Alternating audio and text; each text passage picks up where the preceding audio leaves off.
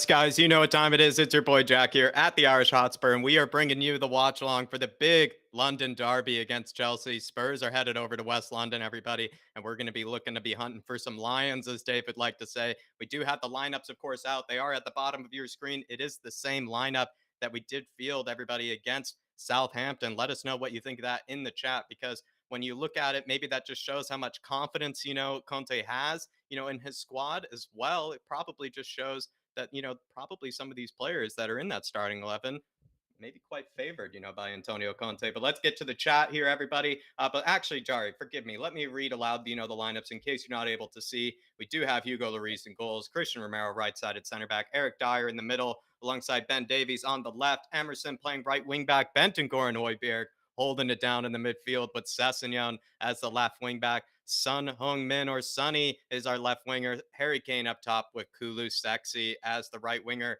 For Chelsea, everybody, I'm pretty sure, except, the big maybe change here is that Reece James is actually playing right-sided center back instead of Azpilicueta. Somebody who I thought actually Spurs were going to take advantage of was going to be Azpilicueta. It looks like they're putting Reece James at right-sided center back with Ruben Loftus-Cheek as the right mid. That is an interesting combo there. Mason Mount would then be the right winger, so a full English trio on that right wing for Chelsea. N'Golo Conte and Jorginho holding it down in the midfield with Cucurella, the new signing at left wing back, Havertz, Sterling, and Mason Mount up top. Perhaps Sterling playing that false nine role. Again, we'll see how Eric Dyer is able to deal with that. And then Koulibaly, Silva, also holding it down in defense with Edouard Mendy in goals. Everybody, let's get to the chat, see what the Harris Army has to say about this one. Huge game, everybody. So let me know what you're thinking. We have Rufus Rupcut saying, absolutely pumped for today. Love to see that, Rufus. We also have Mark in the chat saying, Jet Spence not named in the squad. That is quite interesting. Mick Hermelach in the chat. Good to see you, Mick. Old Soul saying the missus set out a Sunday roast Italian style beef bracciole, pasta and garlic bread, little Italian flag tops the pudding as well. I'm in love. I mean, you should be in love, Old Soul. I mean, you're absolutely eating like a king as always. Tony's in the house. Good to see you. Massive game today. I know, my man. Celery Agent saying, come on, you Spurs. Big up, Celery. Hope all is well. We got Tala in the house. Good to see you, Tala Ahmed, saying, let's get the 3 points. The 3 points are ours, my man. Chelsea playing it back three. Yes, they are. And it will be basically two similar systems, a 3-4-3 against a 3-4-3 as well. I believe, similar kind of roles of, the striker, dropping deep to pick up the ball, to link up play and whatnot. Very similar systems. But I would say Antonio Conte's bit more defensive, bit more counterattack heavy, whereas Tuchel's, as you could say, bit more possession based, if you ask me. Benedict Tampa saying, afternoon, lads. Got odds of 5 for both teams to score and Spurs to win. Got a feeling in my bones. We'll be happy with anything except a loss. Come on, you Spurs. Big up, Benedict. Good to see you. Give me a ginger from Sweden. Big up, Harold. DB saying, Dave, exceptional job on the pump up. Don't need the energy drink crap. You bring it naturally. Outstanding today. I'll be back after the game. Big up, DB, my man. Absolutely love it. Good to see Dave was holding it down on We Are Time TV, giving his best. Chris saying, Spence not even on the bench. I know it's a bit strange. Tala as well saying we can do 5 stubs instead of 3 now. We'll definitely be taking advantage of that in this game. I'll tell you that, Tala. Pierogi, good to see THFC till I die. Hope all is well. Hope all is well. We also have a few more in the chat I'm going to get to. Benedict Tampus, Philo in the chat saying, buzzing for this game. Everywhere we go. Everywhere we go, we're the Tottenham boys making all that noise. Everywhere we go. Big up, Philo. Just making sure I'm not missing any of the good members in the chat as well. Good to see you, Mark. Hope all is well, my man. Chris is in the house. Dunkel Z Torque is in the house as well. Good to see you. We also have Wemberley saying, hello, Jack. It's a bit high behind the sofa for this game, but certainly not as much as last season's games, which were all a nightmare. I'm hopeful, but not overconfident. I think that's a good way to put it there, Wemberley, where you should be a lot more confident than you were the last times. I think the last times were much more hide behind the couch, because I think Spurs fans were probably kind of kidding ourselves if we really thought we were going to get, any sort of real results out of those games from last season, considering how much we had stacked against us. Whereas this season, it's a completely different story. Completely different story. Big up, Wembley. Hope all is well, my man. Patty Higgins saying 4-0 up at halftime. Gainer son, Hattie Tricks would love. Let us give Richarlison some minutes in the second half. I'm loving that prediction, Patty. Absolutely loving it. Dark Sun G, good to see you, Dark Sun G. Saying, look at Chelsea's bench. It looks so much weaker than ours. Let me take a look at it, Dark Sun G. Let me take a look at it. You have Kepa on goals. No one wants him. Christian Pulisic always hurt. Surprised he even made the bench. Trevor Chalobah, maybe a bit unproven. Armando Broja, just not good enough for Chelsea, despite having a good season last season. Callum Hudson-Odoi is, like Dave likes to say, always twerking for Bayern. You have Ben Chilwell as well. Yeah, Hakeem Ziyech, Conor Gallagher, and Cesar Azpilicueta. It's just so many players on that bench as well, Dark Sun G, that just simply don't even want to be there, if you know what I mean. Like a lot of these guys just don't even like to, don't even want to be part of Tuchel's squad anymore, which really says a lot, about, the circumstances that are over at Chelsea, that most of the bench players even named, I would say, are probably not even on the best of terms with Tuchel. I think they're trying to even inch a way out. He also says West Ham losing to the champs and then promoted team. Yeah, it's a glorious to see, Dark Sun G. And I even actually did that in my predicted, sort of table in the Premier League. I actually called for David Moyes to have a bit of a slip up this season because I think he plays so, kind of desperate, defensive football that I think he's going to get caught out, when he's being expected to be the team to be a bit more progressive. And I think they're getting kind of caught out for it, Dark Sun G, by the looks of things. Really appreciate that, DB. Hopefully you enjoy, my man. I'm pretty sure you will enjoy this watch along. Lots of good graphics, lots of good things up on board as well. Hopefully, you're keeping well, my man, as well. It's just good to see you in the chat in general. But everybody, kind of my thoughts going into this game. I would say it's kind of, the most confident I've ever been as a Spurs fan going into this one. I feel like, we have mostly, a strong bench in case things go wrong. That wasn't really the case before. It looks like, we have, maybe the refs on our side, with this one. But then again, I might be speaking too soon. We don't have too many injuries. We just don't have any of that, kind of unfortunate kind of odds being stacked against us. Like it always sort of seemed in the past with Chelsea. In the past, I felt like Chelsea, they always had, one extra advantage, or they always had something that, had gone wrong for Spurs that week, that helped them, or they would just get some decision that, just you'd never see before. It just always felt like Chelsea, even if they didn't play very well against us, they were kind of sort of given handouts, if you know what I mean, kind of given, freebies, or, just being given kind of, I don't know, things that just weren't earned, you could say, on the basis of play. And so lots of times I thought Spurs have actually been quite unlucky against Chelsea, despite how atrocious our record is, and maybe for a good reason, how atrocious it is against Chelsea. Still think plenty of those games that we probably could have earned something a bit more. But that maybe just speaks to how unlucky and how much voodoo there really is when it comes to playing Chelsea. Will we break that voodoo? Will we break that hoodoo? I guess we'll find out. Welsh Gal, good to see you, saying tough. Chelsea starting 11. We can do this. Bring on the subs. We need to mix up and take it right to them. Big up, Dave and Jack. Hopefully, all is well. Welsh Gal, hopefully, you're keeping well. Oh, sorry, Dave. It's TIH, my man. It's TIH. Apologies, Dave. Apologies. Wasn't able to check my phone. Apologies, brother. Probably trying to get in there. TIH, my man, if you're able to hear me. TIH, capital letters. Pierogi, let Mr. Harris in. I'm keeping him out, everybody. I want it all for myself. So apologies, everybody. Apologies. Yeah, Dave, TIH. Let me just send it to you also via the chat.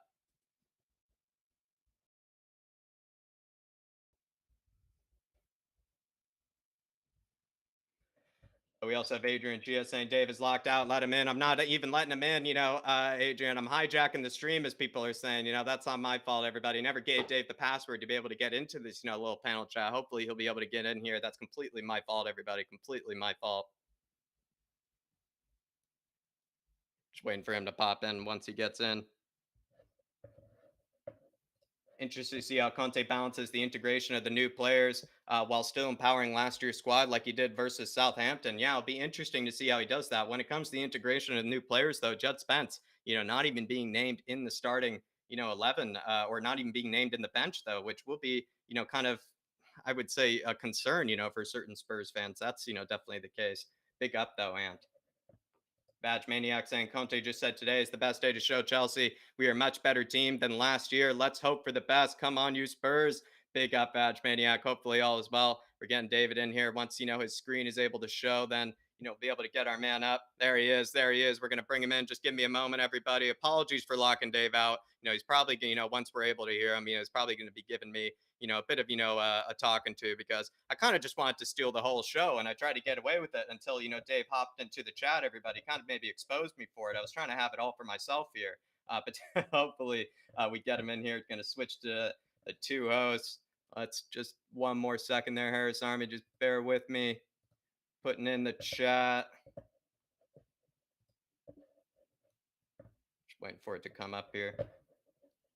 Trying to send it to myself.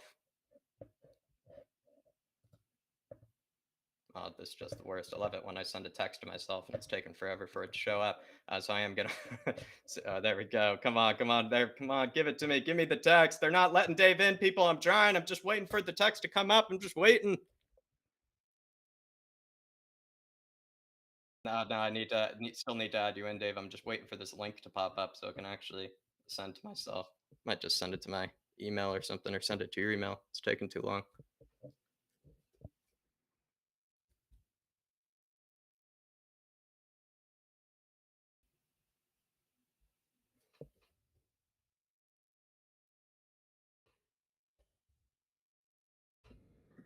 That works. Sorry, everybody. Just technical difficulties. They're not letting Dave in. I promise everybody. They're just not letting him in.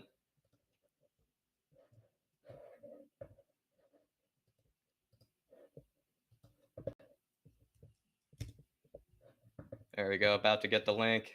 Just had to send it to my own email. Couldn't even text it to myself, guys. It wouldn't even let me text it to myself. There we go. Just 2 more seconds. I apologize, everybody. Everybody's welcome to blame me. Hopefully. Money. There we go, Dave. There you are. People can hear you loud and clear on screen. Apologies for the technical difficulties, everybody, but he's on screen right before the game. Dave, how are you? How you keeping? Oh, Jack, I'm absolutely buzzing. These games I live for. Look, the likes of Wolves, Southampton, great to get 3 points on the board and stuff like that, Jack. Oh, but these London derbies are exactly where it's at. You know, this is where you send out statements to the Premier League. This is where you earn your stripes. This is where you earn the respect of other people. This is where you earn the respect of rival fans. Today, games like today, days like today. And today, Jack, we rock up here with the most optimism we've ever had. Like we alluded to earlier, Jack. I Mm. mean, we haven't won here since 1990. That's gone on for far too long. Far too long. The difference is now we've now got a team that compete. We can compete with this lot. And we will show that today. We will dominate them on the pitch, off the pitch, mentally, physically, in the stands, and at the Chelsea Flower Show, Jack. Tottenham are arriving, baby. Absolutely. We are arriving, Dave. We're here to dominate and we're here to conquer, as I think Zuki We're Spurs. not here to take part. We're here to take over, Jacko. Adrian Chia was saying Dave is locked out. Let him in, Dave. You finally got let in by myself. I'm And here. Dark Sun G saying if we beat the Blues by +2 goals, then we will be minus goal difference. Lawler, we will be better on goal difference. I think he says maybe we'll be in the lead on goal difference. I think is maybe what he means by that. Yeah, so if we win 3-0 today, we go top of the Premier League by goal difference. And that's exactly where we want to be, Jack. At the end of the day, we need to get used to it. We need to be getting used to be the ones that everyone is up for. We need to be getting used to the ones that everyone wants to beat. But most of all, we're already used to it, being the ones that everybody bloody hates. And I absolutely relish it. Beat Chelsea today will be hated tenfold. And I cannot wait because, Jack, that's when I thrive. Absolutely, that's when you thrive. Big up Dark Sun G, and I know Dark Sun G loves to keep track of the goal difference right from the beginning. He wants to make sure Run it. that we have everything taken care of, everything accounted for. We have Alessandro, a Fiorentina fan, in the chat, joining us. Good to see you. Bet he's pumped for this game, as a neutral. Hopefully you enjoy the watch along as a neutral, Alessandro. Welsh Gal saying, yay, Dave is back. Good to see you, Dave. Welsh Gal, really There you appreciate you go. welcoming him in. Rufus Roughcut saying the German media is being much nicer to Spurs than the English media, apparently, on the TV. Good to see Rufus. Lightwork is in the house. Good to see you, Lightwork. Big up, Lightwork. Mark saying today is bigger than the 3 points. The team will get huge bounce if we win. And I spoke about this earlier, Dave, where it felt like if we actually win this sort of this sort of fixture, all that sort of hype that's gone around Spurs, around the changing of culture, the changing of maybe how the manager or how the ownership run things, just the change of Tottenham in general. It just feels like everything's kind of being undone or kind of reworked over at Spurs to be, a whole different type of Spurs. We're trying to get rid of the Spursiness tag. We're trying to get rid of how we do business, some of our old bad habits. Just a lot of, hype has been around how much Spurs have been changing. I feel like maybe getting a win today would be like a perfect kind of, physical representation of that, Dave, because Chelsea, we've struggled with for so many years. And during those years, like we were saying, that, everything was maybe over, a bit on the Spursy side of things. And now with Antonio Conte, everything has changed. We're a whole different outlook. We're a whole different team, a whole different outfit. And hopefully, this game, if we get 3 points, it would prove that. I think you're absolutely spot on, Jack. I think a win today, 3 points, sums up everything that we've been doing since Paratici has got to this club. Look, Mm. Paratici has completely changed the starting 11. Without Paratici, we would not have got Antonio Conte either. We had to go at him at the second bite of the cherry. Once we got Paratici on, we got Conte in. And now things are changing. Times are changing at Tottenham Hotspur. For too long, especially for the last couple of years, we've been getting used to losing. Be talking about playing players out of different positions just to try and get more out of them. We were going into Stamford Bridge into the heated battle where we know how much they hate us. This is their biggest game of the year, by the way. This is their cup final. They want this so badly. We're their biggest rivals. They're that insignificant to us. They're our second most rivals. They're not even our biggest. But what I will say, Jack, is, we've gone into the heated battle before with Harry Winks in the heart of the battle. I mean, the guy wouldn't even lead a conga dance at a wedding, let alone Tottenham Hotspur fucking football club into the Lions Den at Chelsea at Scunthorpe Bridge. We've now got Højbjerg and Bentancur. Not only can Højbjerg and Bentancur both play, and that's been evident, Højbjerg does have passing ability, but most importantly, Jack, they can get bloody stuck in as well. This is not going to be the easy ride that Chelsea have had over us for the last decade. It's not going to be that game. Them fans are expecting, oh, it's Chelsea, we turn up for it. Well, you better get them blue pills, that Viagra's ready. Because like I said, Jack, I've got my Rizzler papers ready, and they're waiting for Chelsea to be rolled up in it. Like I said, and like I keep saying, quicker than a joint at a tree huggers convention, Jacko. Today is the day we get this hoodoo off our back. We reclaim our name. We get rid of Spursy. We reclaim the respect we once had, and we attack this Premier League and start as we mean to go on. Beating Southampton at home, dropped 3 points last year. Beating Chelsea away, where we dropped 3 points last year. So already 6 points we did not have, and that is closing the gap on that 22-point gap that Man City had. So let's get the job done today, and let's have everybody talking about us and putting respect on our name like we deserve with the shit we've had to go through for the last 2 years. This is not only a game of football today. This is war. This is a battle.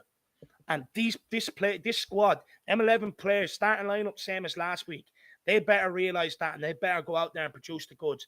Not only do I want to beat them on the football level, but once we've done that, I then want to turn it into another battle of the bridge. And I want to bitch slap them all around that bridge. I'm rolling through in my tank, and they better be ready. Oh, Dave, loving that hype up, loving that hype up. Zoe saying, big up, boys, I feel sick. Well, Zoe, you probably might So either feel a bit less sick or get even excited. sicker after Dave just, hyped you up like that, Zoe. Honestly, I bet probably she's feeling even sicker, after that, because she's now got all the adrenaline coursing through her, Dave, after that speech. We all do. I Big was up up, at 9 Zoe. a.m. for this game. I'm ready, Jack. I love London derbies. I mean, I live for them. I cannot wait. I just have a feeling Tottenham and Antonio Conte are lying there waiting. They've played Loftus-Cheek. I think if you look at their lineup, he's going to be right wing back. I mean, honestly, what is the world coming to? Sonny is going to absolutely rip that guy a new one.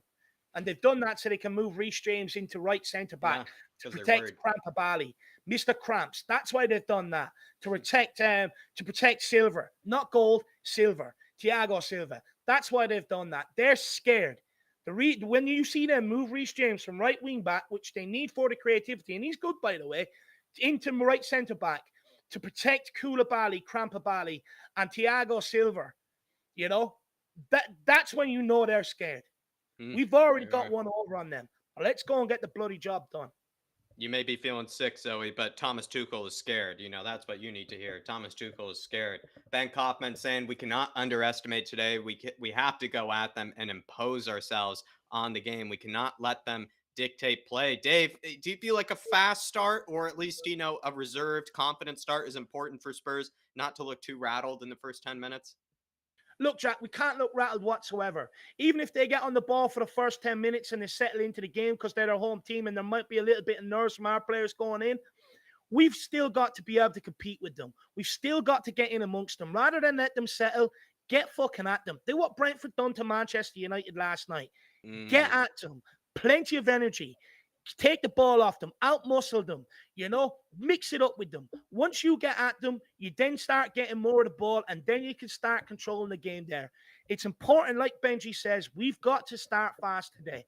We've got to go out there with no nerves, no butterflies. We've got to go out there with conviction, with belief, with desire, with hunger, and with passion for that jersey. And that Love that. will get us over the line today. Look, Jack, I believe we just don't concede first half. Even if it's 0-0 at halftime, we will win this game second half, like we done against Southampton last week. They could not compete with us second half of the game. We are more fitter than any other team. Chelsea are nowhere near the levels. Kante in there today. Didn't even go out to preseason to America. Crampabali at the back, Mr. Cramps. They're not fit. They're not Premier League ready. And I see that in them. Evidence being beaten 4-0 by Arsenal preseason and Thomas the Tank Engine coming out crying, having a moan at these players. They're not ready. Our fitness will win us this game. We've just got to hold out and stay in the game.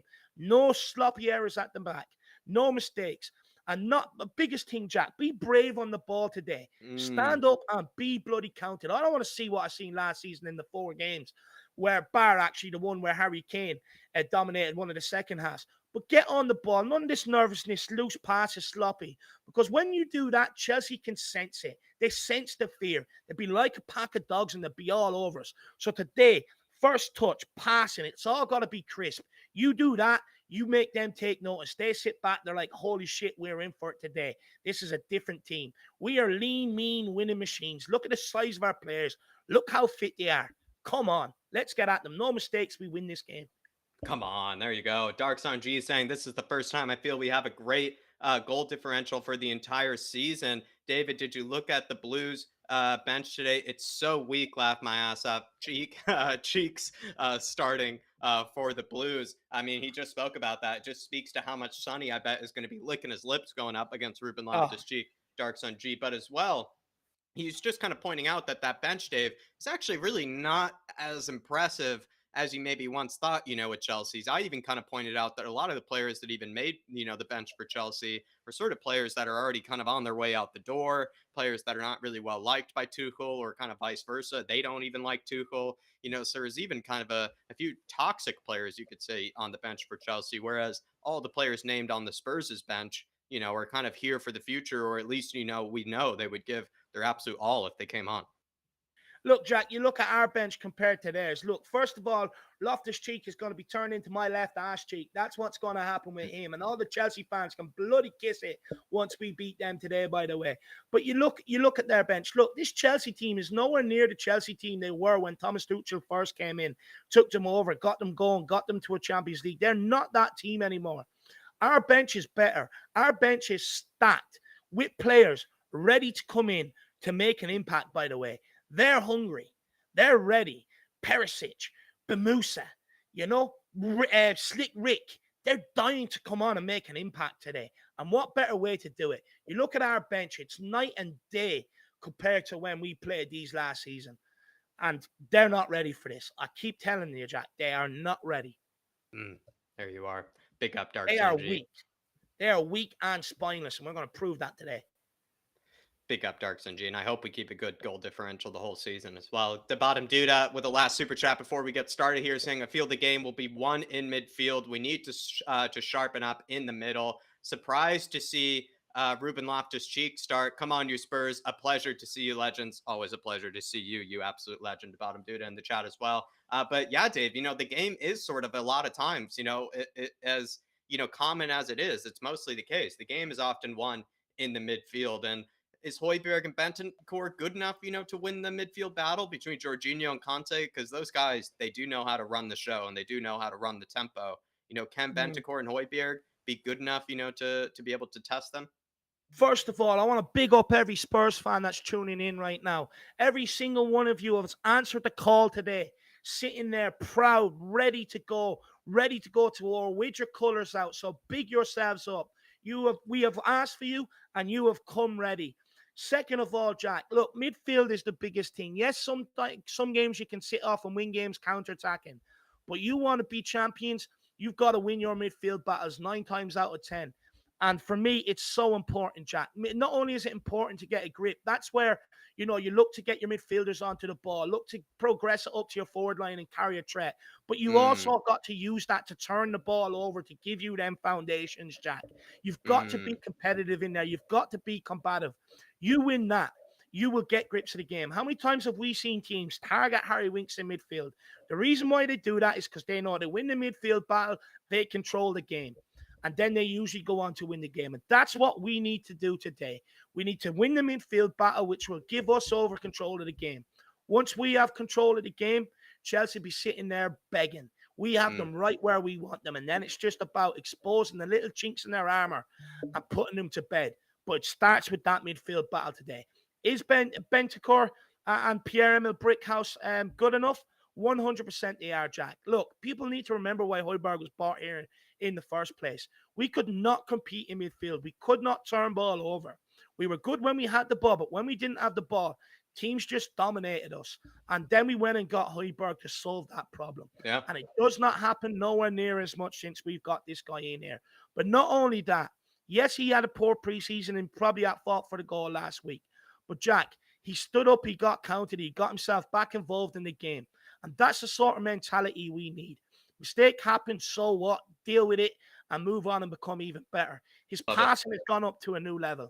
You also look at Bentancur, Jack. The guy is a baller. Reminds me of Luka Modric. He does the old-fashioned things well.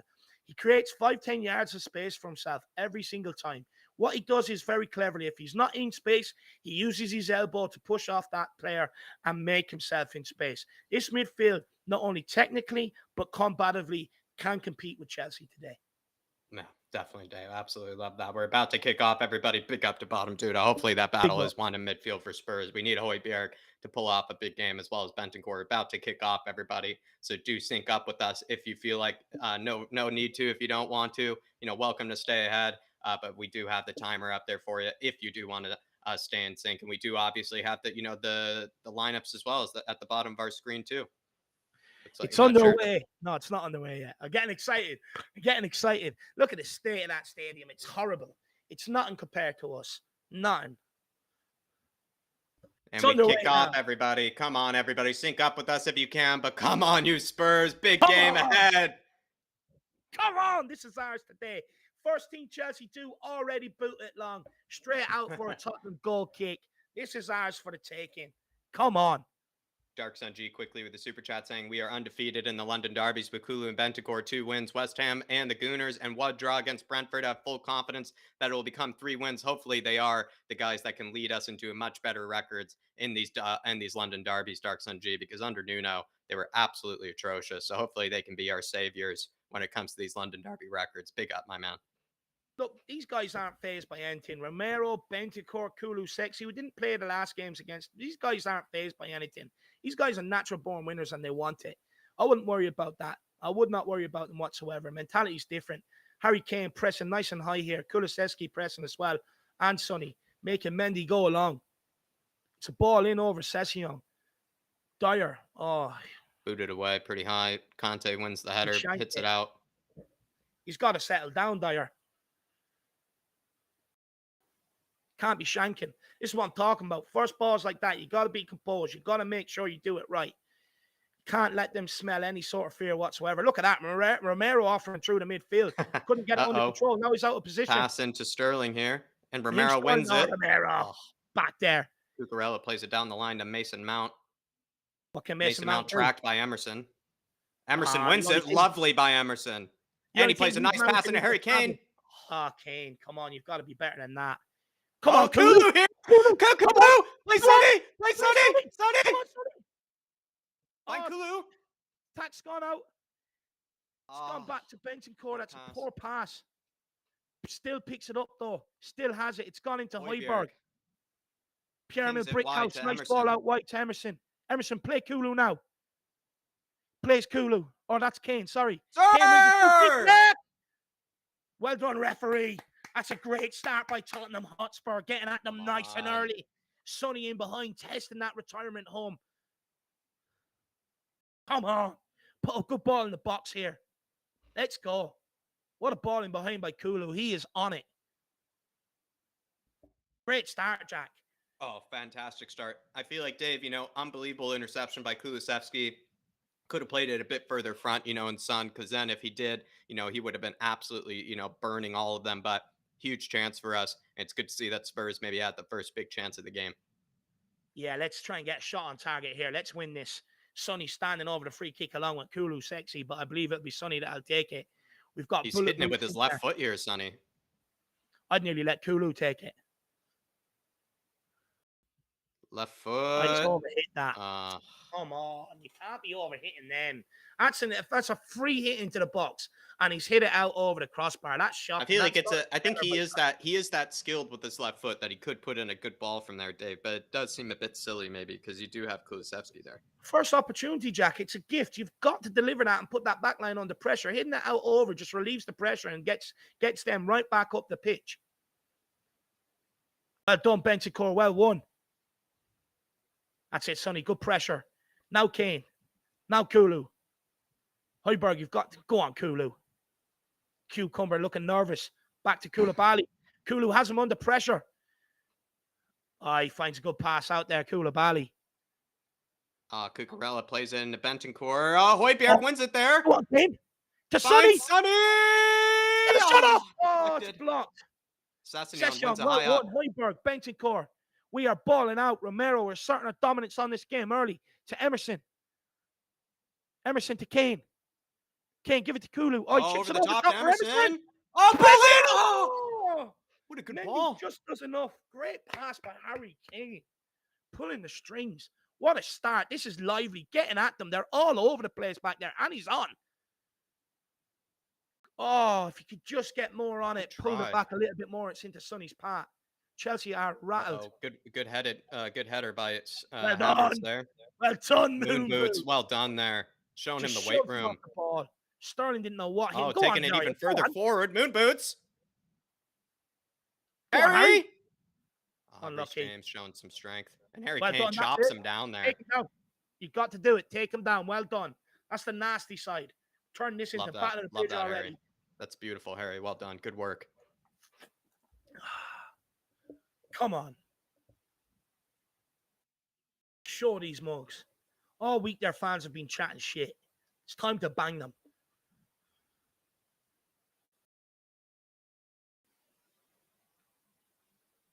Reece James plays back to Silva. Find Jorginho. Jorginho hits it into his own player. But he gets turned there. Bentancur by Ruben Loftus-Cheek. Well done, Bentancur. Lovely, son. Win it again. Well done. See, we're competing with them in the midfield, Jack. They're not getting their own way. Winks wouldn't be able to do that. Here we go. Thiago Silva plays it. Koulibaly finds Cucurella. Good pressing, Koulibaly. Spurs pointed ball high up the pitch. This pressing is absolutely unreal at the start. We're forcing them into their mistakes. It's what you want to see. Not making it easy. Definitely making it an exciting game, actually, in the first 10 minutes. Yeah. We're not letting them settle at home, Jack. That's the most important thing. They've already got the home advantage. The last thing you want to do is make them feel more comfortable. Well done, Sessegnon. Show him the weight room, son. Good defending. It's a goal kick. Last thing you want to do, Jack, is let them settle in and get even more comfortable, you know? Steyer out to Romero. Plays it back to Hugo. Lloris. Good pass. Lloris finds Ben Davies. In his confidence. Playing it out from the back at Stamford Bridge. Ben Davies taken down. What can Sess do? Also taken down. Jesus Christ. I mean, waiting for the referee here to... He's all waiting for the referee to remember where his whistle is. He's all over him like it's a Saturday night, Jack.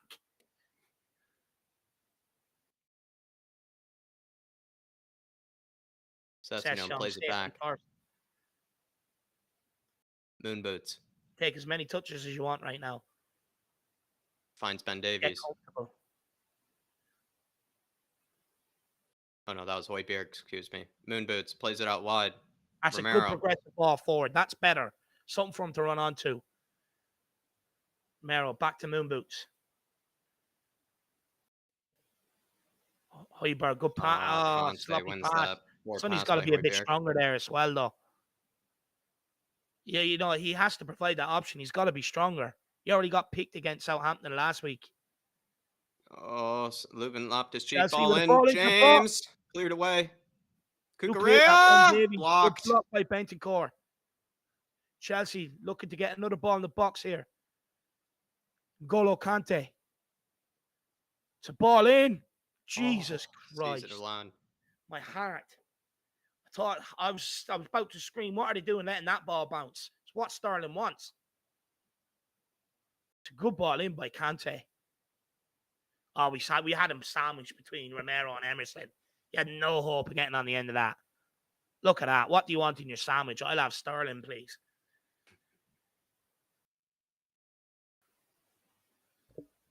Moon boots back to Lloris. Tottenham looking good here, keeping possession, trying to play our way into the game. This is positive. We're looking confident. Rocket boots with a long ball over the top for Sonny to get in behind. He's being obstructed. Chelsea win that ball, knocking it down to Koulibaly into Cucurella. Back to Koulibaly. Tottenham here with the high press. Let's go, Harry. Well done. Come on, Sonny. Oh, good touch. Chelsea looking to get out of our high press. They have done it very, very well.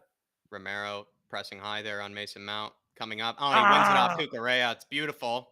It's energy. Big dick energy. Oh, sir! He's down injured. What's going on? I hope he hasn't twisted a knee. Don't tell me it's real. Oh, it can't be real. He's holding that kneecap. Oh, his studs got caught. Oh, he's stamped down by Cucurella.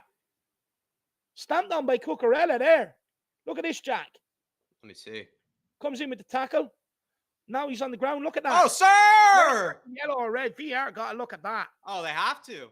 But Dave, you know it's Chelsea, Dave. You know they're not going to. You know they're not going to. Tom Wally can't probably afford the money to pay them this time, Jacko. Dave, you know it's Chelsea, Dave. They know they're not gonna look at the AR. They're not gonna look at it. Big up, Geoff Totten, new flat cap member as well. Big up, lad. Big up, Geoff. Legend. Appreciate it, my man. Everybody keep smashing that like button and that subscribe button if you are new. Romero is up and he's looking good. Geoff saying toilet brush hair stomped him.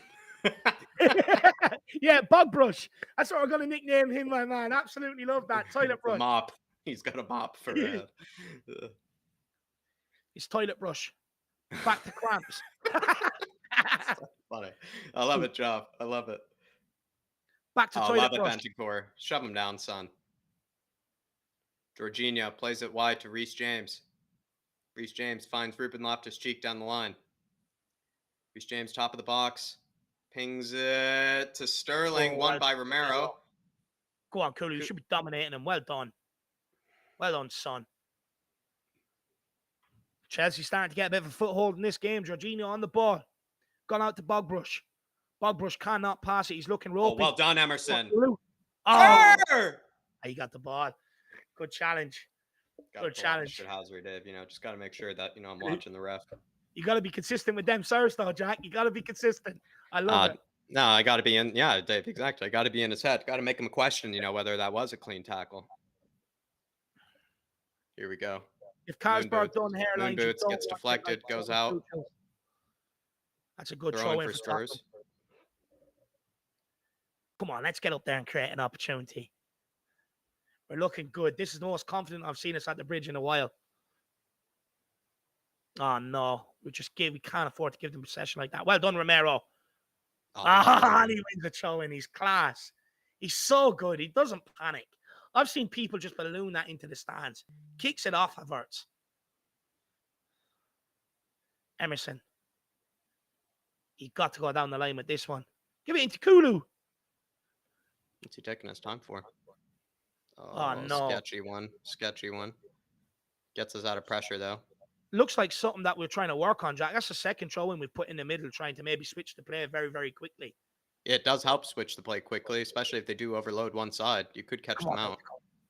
Go on, Sonny. That's it, Sess. Oh, he gets megged. And Golo Kante.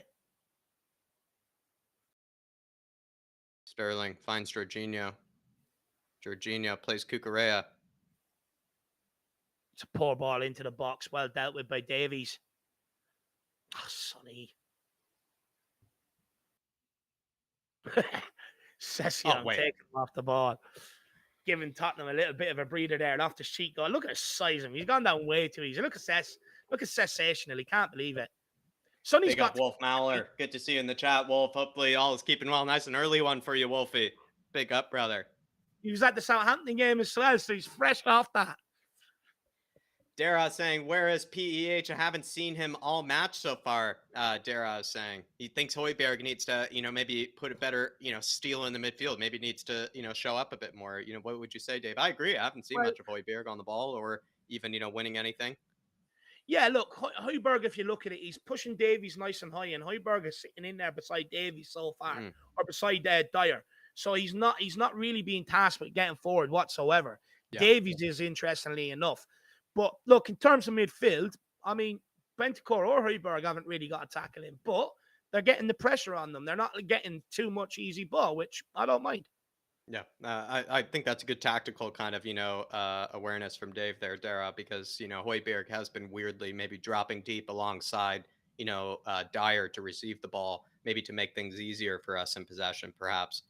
But he is playing maybe a bit more of an unorthodox sort of kind of average position, you could say. Højbjerg. It's passes like that Dyer has to make better. You're just putting us under pressure. He's hit it too high. Session on the ball with the throw-in. See Romero, maybe. Keep an eye out on that. That might come to Yeah, I fruition. love that, Dave. I love that you picked that up. Bentancur gliding through here. Oh, come Yes, on, sir. you got it. Give Play to Sonny. Sonny. Sonny, come on, kid. Jesus, wake up. We had them there. We had them numbers going forward. He's just been shit on the ball so far. We need Kane and Son to get into the game. Here we go. So frustrating. We're in a good breakaway there as well. He's got too much space. Højbjerg or Bentancur, get close. Do you know what, Jack? I do think that Antonio Conte, when they do have the ball, they're just instructing us to kind of like not let any gaps through the middle appear whatsoever. You look Well, at them; that's they're what very we close did on together. Stats with Jack Dave. It's that 5-4-1 sort of shape. It's really hard to break the lines. It's really hard, to really, find any real passes in there, because if you try to break the lines, you're risking, a dangerous pass, and then Spurs could get you on a counterattack. But they get lucky here in N'Golo Kante. Cleared by Emerson. No, that's a shocking clearance. You can't put that right back where it's come from. Yeah, not back to the middle. Like they're queuing there to take shots through that middle. Emerson sees it out. Well done. done. Good defending. Plays it out. Tries to play Kulu there. Just I cleared. never had any confidence he was going to pick him out there. That's a ridiculous pass to try to complete. I mean, you should just clear it. Gets lucky there, Conte. Good block by Mundo. Still turned his back. Not happy with that, but at least got the block. Well, he has more of his body showing. At least he's not going fully water balloon. Suppose he did turn into it as well, to be fair. Thiago Silva. Get the pressure up here now. This is where we need to put the pressure on. Oh! Go on, Emerson. That's it, Kane. Go now. That's it.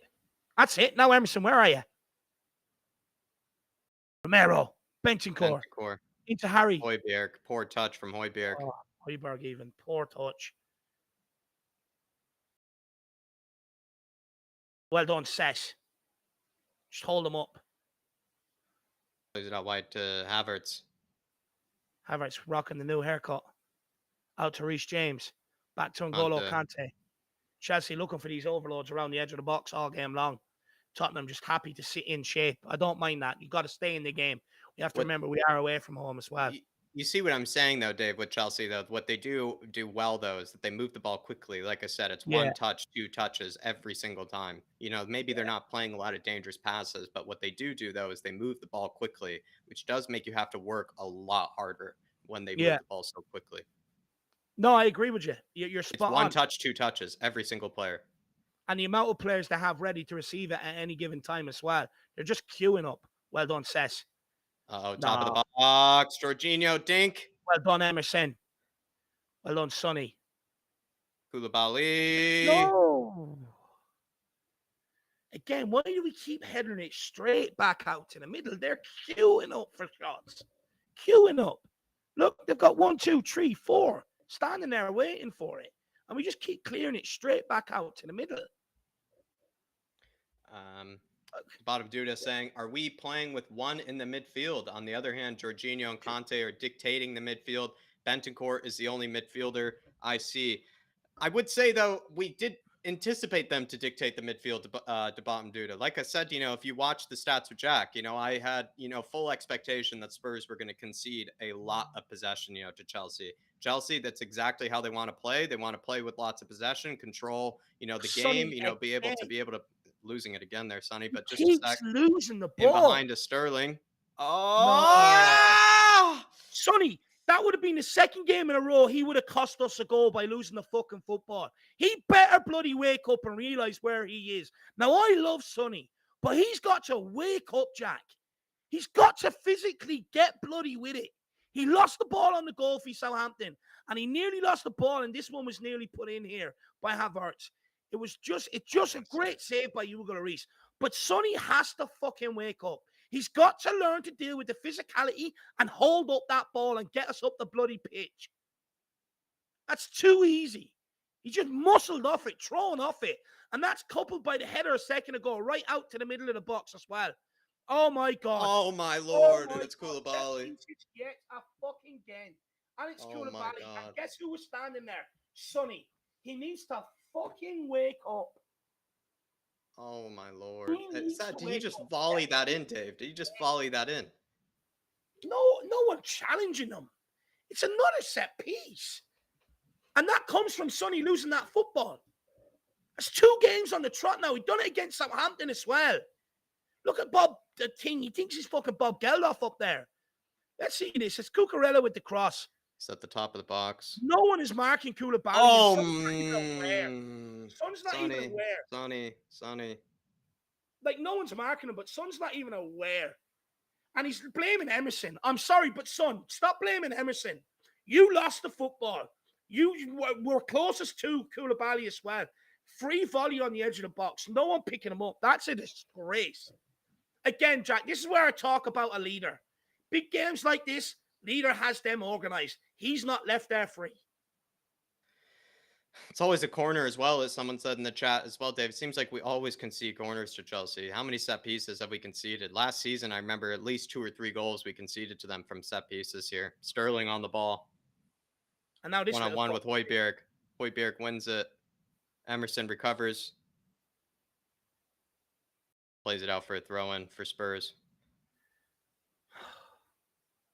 Well, Dave, we responded last time by going 1-0 down, but this is not what we wanted to do, Dave. It's just one of these teams, Dave, where they are also excellent at seeing out 1-0 wins. Chelsea, they are exceptional at it, I would say. They are, this is also a tough thing, is that this is exactly the position Chelsea want to be in. They want to be 1-0 up. Now they can play their game even more. It's going to hurt us. You can't keep going 1-0 down. You can't keep having to rely on scoring 2, 3 bloody goals every week. You can't keep relying on it. Oh, set pieces have been an issue since Mourinho. How has it not been sorted out yet? Like I said to people, the defensive set piece coach can organize people, but he can't make them have the desire and the hunger to go and win it. And that's what that came down to. No one wanted to go and win it. You think someone would be more switched on after losing the ball that gifted him the corner in the first place? He's standing there pointing at everybody else. He's the closest to him. He gave away the ball last week against Southampton where we went 1-0 down. He wasn't even good last week. And he started off this game absolutely shit as well. Same as Harry Kane.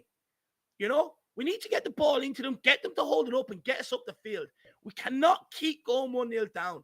A leader has that defense organized, especially away at Stamford Bridge. Poor pass into. Wins the foul, though, actually. Harry Kane wins the foul. To bottom Duda, to your original super chat, my man. We're going to need Højbjerg to step up because... Oh, ball in, though! Sessegnon! Sess! Ah! How's he not finished it? He's a mile onside as well. There's no one around him. Dave, I sent you a new link if you want to maybe a less choppy watch along if you like in your email. Pissed off, man. Pissed off. It's in your email if you like, Dave. Yeah, appreciate that, lad. I got it there now. How was Sessegnon not buried that? He's got about 40 meters of space. It's just shocking defending. We can't keep going 1-0 bloody down all the fucking time. People tell me we don't need defenders. We don't need this. We need more forward players. What we need to do is keep a fucking clean sheet. Big up to bottom tuna.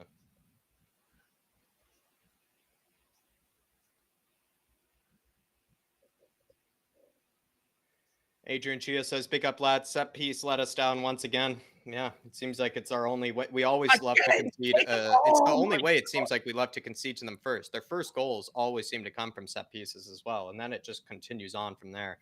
But definitely, Sonny is fucking me off. The amount of times he's losing that football out there, it's pissing me off. Supposed to be one of the guys that's supposed to stand up and be counted here.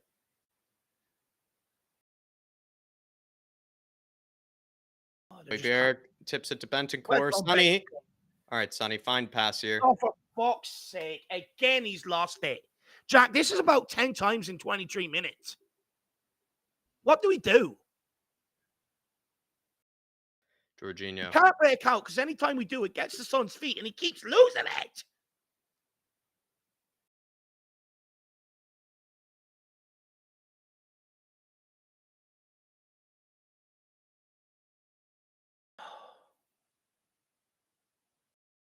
Thiago plays it back to Koulibaly. Koulibaly plays back to Mendy.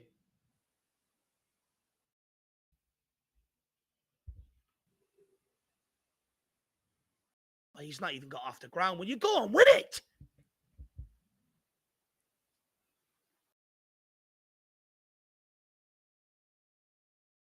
This is where it gets dangerous now, Jack. Where Chelsea are just comfortable now. You know, everyone's got that bit of confidence in around them now. You know, we're nowhere near them. We put them under Nowhere pressure near in the them. beginning, Dave. They looked nervous. They looked rattled in the beginning. They seriously did. I don't know what happened. In fact, we usually actually start games off, a bit rattled in the first 10 minutes. It switched, Dave. It kind of felt like we started off as the aggressors in the first 10 minutes, and then Chelsea somehow got control all of a sudden. It's kind of the opposite of how Spurs actually usually start games. Usually it's the other way around. He's lost it again. He's lost it again. He's done it again. For fucking me. You're right, Jack. You're right. Look, we look good the first 10 minutes, but since then, we've just allowed Chelsea to get into a comfort zone. We're not even out first gear. We're nowhere near winning the ball back. They're just popping it around. There's no energy. They sensed the weakness, Jack. They sensed we were scared. They pounced on it. They pounced on Sonny's mistake, giving away the ball, and they pounced on it, and they punished us. Ben Davies, please, lads, let's keep control here. Sonny tracks back, plays it out for a corner.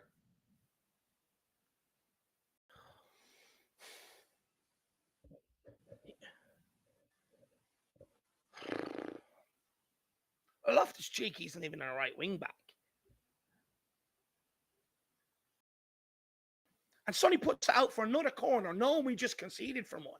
Put the fucking thing out for a throw-in. Brain dead moments. And you see stuff like that happening, they're already rattled.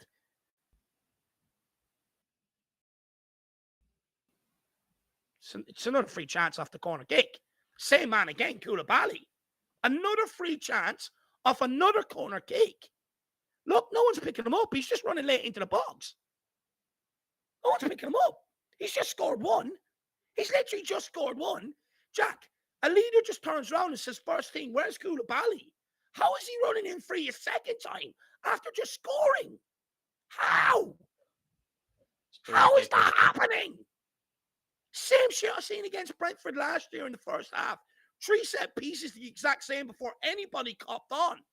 The first thing when that corner kick was given away there should be, where is Koulibaly? He's just scored. He was free as a bird, and he's again free as a bird. How is that happening? How? Where is someone talking? Someone open your gob. You're well able to come out in the papers after the game and say, we're going to put it right next week. Do it during the game. Shane O'Neill with a super chat saying, same as always, cowards in the squad, no personality. Kane can moan all he wants, but he does nothing either in these matches. Terrible touches from everyone. I agree. Absolutely agree. Jack, how does a second set piece, the same guy, be allowed to be free again for another fucking volley? There's no one speaking. Everyone's crumbled since we've gone one down. No one's getting on the ball looking to stand up and be counted. Son keeps losing the ball. He's lost it about 15 times already. Kane can't even get into the game. We're absolutely shambolic. Yeah, Again, and it's another set piece yet again. it's Yet strange. again. It's strange though that we can't even get Kane into the game because I agree with you, Dave, that with how much Sonny has lost the ball, it's hurting us. But we're also just not even able to get Kane into the game. He's barely even touched it, I would say, this game, and I'm not sure why because he can drop deep if he needs to. What I will say for me, it looks like Son has been the one to ask to drop deep to get on the ball. Yeah, And which we maybe do often do. We do actually ask our wingers to so do it. Kane's probably Yeah. being asked to hold up front. Now, if Son keeps losing the ball, how are you supposed to get it to Kane when Son's our out ball? He's got to be strong on the ball, hold it up, get turned, play people in. Look, Kane needs to do more to try and get on the game as well. He now needs to say, look, fuck this. I need to do more myself to get on the ball. But if Son's being the one to drop deep and get on the ball and get us out, and he keeps losing it, we can't get Kane into the game. Kulusevski hasn't even been in the game. Yeah, he was only in the first 10 minutes, I would say, and then he's just disappeared since then. Agreed, Dave. Like, even look at that by Romero there. That's just a sloppy pass to Emerson Royale. That should be to his feet. It's 5 yards. It's 5 bloody yards.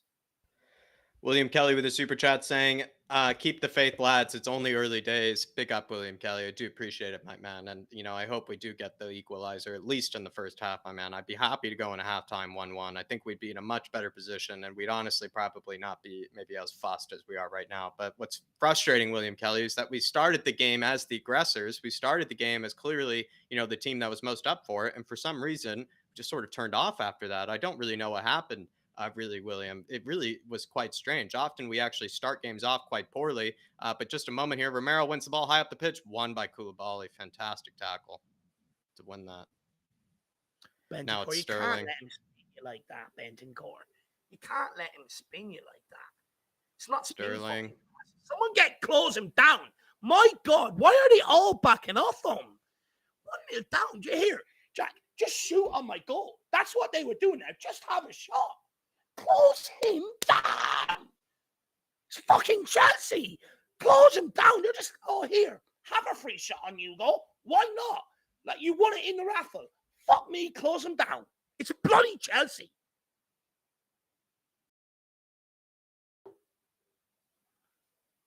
Here, just shoot. We're going to part open like the Red Sea just for you.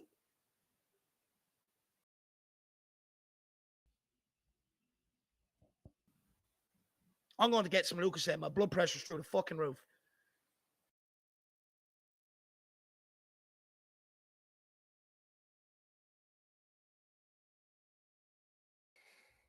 Koulibaly finds a pass into Mason Mount.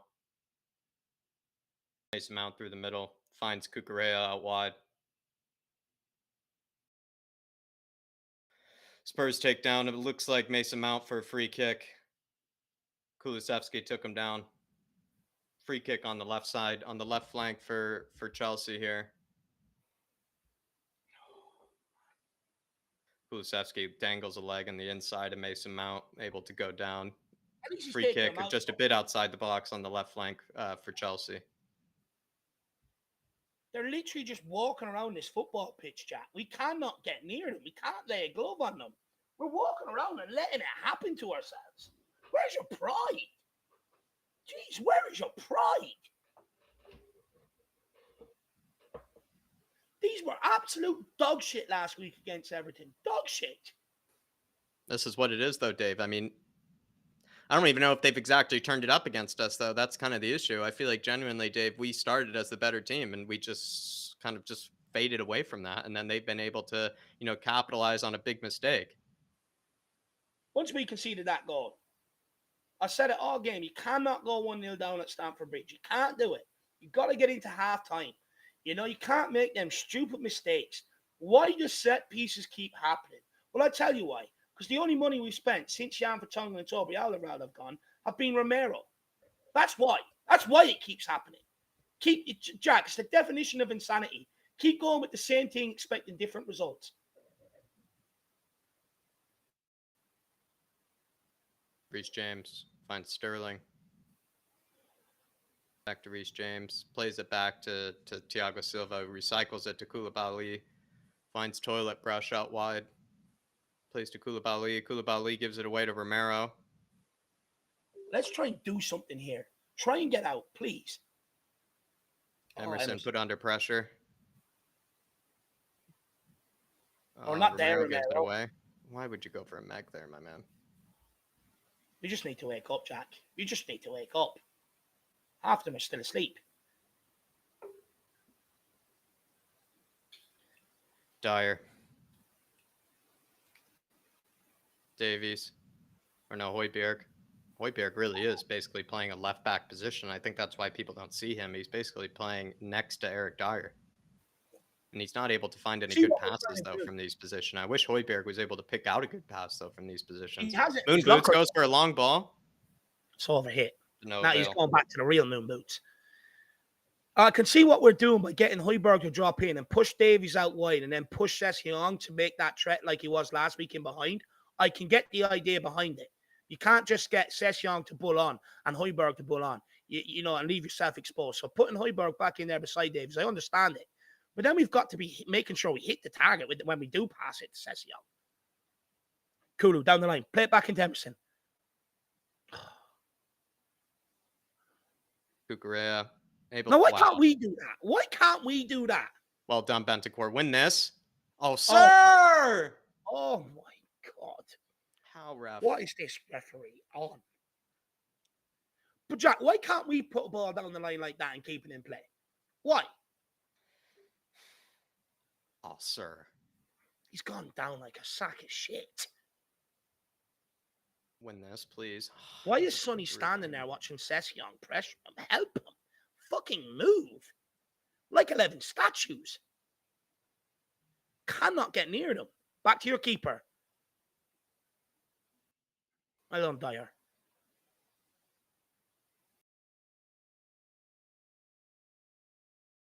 Lloris. Pings it wide to Romero. Well done, Romero. Moon Boots. Settle on the ball now. Let's Højbjerg. control this last 10 minutes and get ourselves back in the game. Davies. Tries to play it down the wing to Sass. Sass in behind. Reece James recovers well. Dyer plays it. Oh, lovely pass. Kulusevski. What's going on? Cool. Emerson. Out to Emerson. Get something in the box here. Oh, fuck's sake. Jesus Christ. Please just put something in the box for one of our forwards to go and attack. Put it in the bloody box. Just dribbled that into Mendy's hands. Three of them waiting there. How is he free to pick that one up? That's straight through the middle. I'm getting really annoyed. I'm getting really annoyed. How's Sterling been given that much space? I'm starting to get fucked off. We're crumbling. Jorginho. Mount. Free shot again on goals. This has not gone to plan today. Conte will be absolutely raging, Jacko.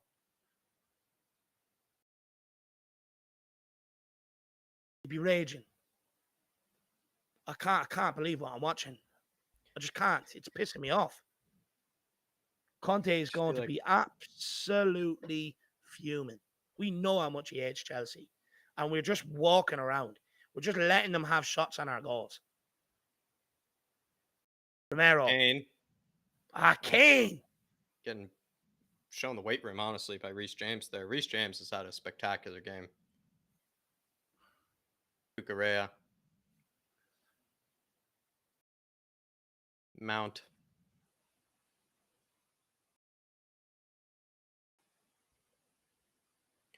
Finds Reece James. Plays it to Ruben Loftus-Cheek. Walking through two players in our box like that. We need to make changes here at halftime. He has to get Perisic on at right wing back. Has to get Basuma on there in midfield.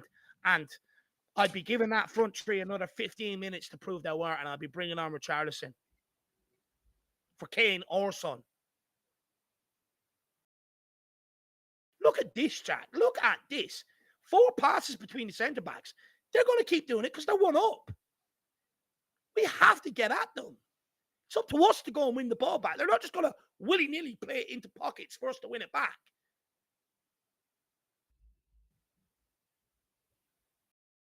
Oh, this is embarrassing. This is actually embarrassing. If I was on that pitch right now, I'd run up, I'd leather one of them Chelsea players and try and get one of these Spurs players to react. I mean, look at this. They're just passing it through us. Well done, Dyer. Well done. They're not even competing.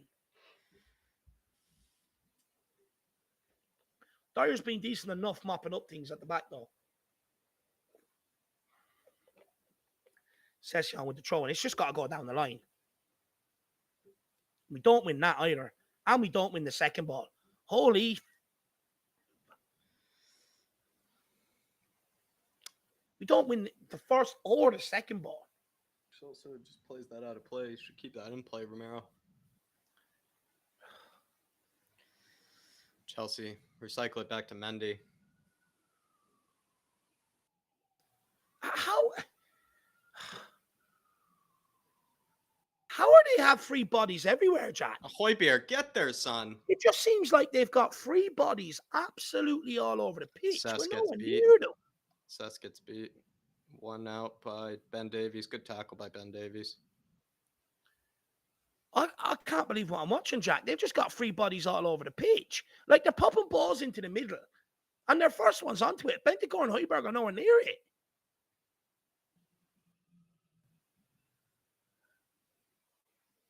It's nowhere near it. Oh, I'll be honest. I'd nearly go with a 3-5-2, Jack, second half, and get a third body in that midfield. Take off one of the forward players. No point in having 3 in A the lot of people are not happy with Højbjerg, though, Dave. Do you just maybe change out Højbjerg, put on Basuma? A lot of people in the chat are not happy with Højbjerg. Look, Bentancur's been as crap as well. Look, we know Bentancur's a good footballer. But let's be real. What has Bentancur done this half? What has he done? He's done nothing. He's done absolutely nothing. Corner here. Here you go, Sonny. Back. Come on, Sonny. Come on, Sonny. There you go. Sir! That's a yellow. That's a yellow card. Yeah, you won't be doing that again. That was a harsh yellow there. That was a harsh yellow. Even anything similar to that, ref, that better be a red. Anything even close to that next time, that's a red. Oh, that's assault. He's not even made an attempt to play the ball.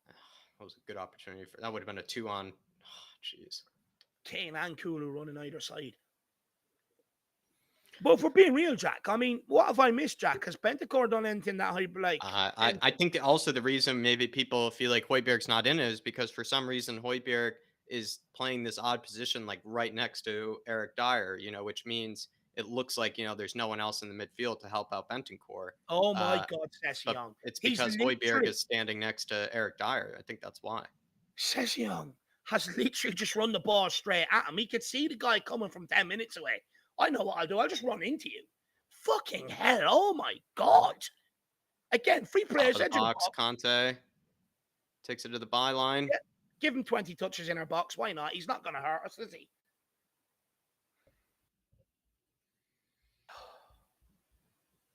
You just have not turned up.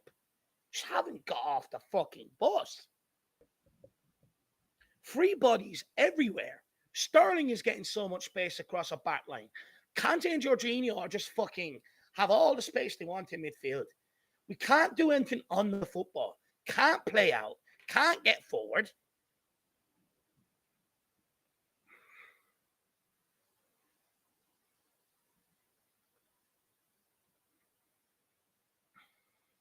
And it's going to be the same people that are going to carry the can. It's going to be Kane and Højbjerg's fault. When it's 1-11, they've all been absolutely shit. What has Kulusevski done that Kane hasn't? What has Son done that Kane hasn't? What has Bentancur done that Højbjerg hasn't? Every single one of them has been crap. It's not just Kane or Højbjerg. Every single one. Emerson being shit on the fucking football. Every time he's touched it, been crap. 1-11. It's not 2 players. Let's not make them carry the can alone. It's been I would say everybody. Sess has been as bad as Emerson. Emerson's been as bad as Sess. Kulusevski's been as bad as Kane. Kane has been as bad as Kulu. I agree, Dave. I know what you mean there.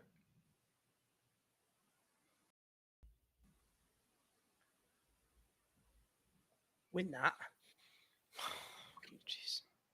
Emerson. Emerson! God.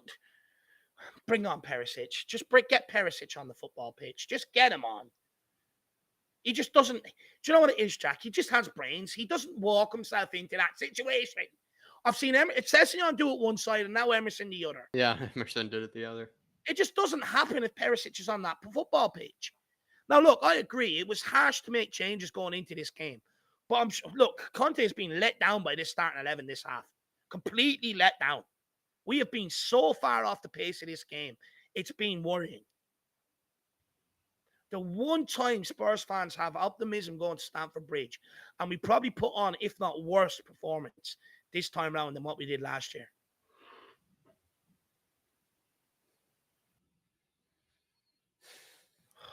Conte. Look at this. Like, we're just sitting back into shape. We're supposed to be athletes. We're supposed to be fit. Like, what annoys me about this, Jack, is, right, we're 1-0 down. The game plan has to change. You've got to go after the ball. Chelsea aren't just going to sit there and go forward. You know what I mean? They're just going to keep passing it around the back. They're happy to do that. So it's the onus is on us to come out and put pressure on them. Yeah. But it can't just be one player either. If one player presses, his passing options have to be pressed straight away by the other two players as well. It's just all a calamity this half.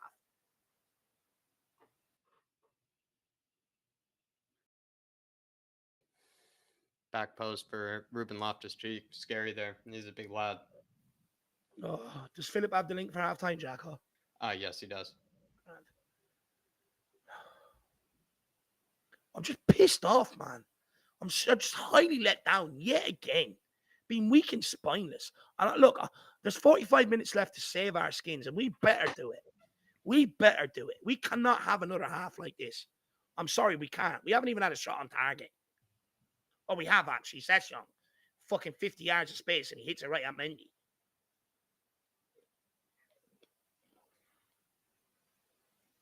Three-minute stoppage. 3 minutes of added time. Moon boots. Moon boots. Bullet boots. Now's not the time for 4 touches. Romero. It's time when we nil all. Where's the options in the middle as well? Yeah, there's just vacant. It's just vacant. It's just no one in there. What's weird though, Dave, I don't know why it is. It's because of this Chelsea press.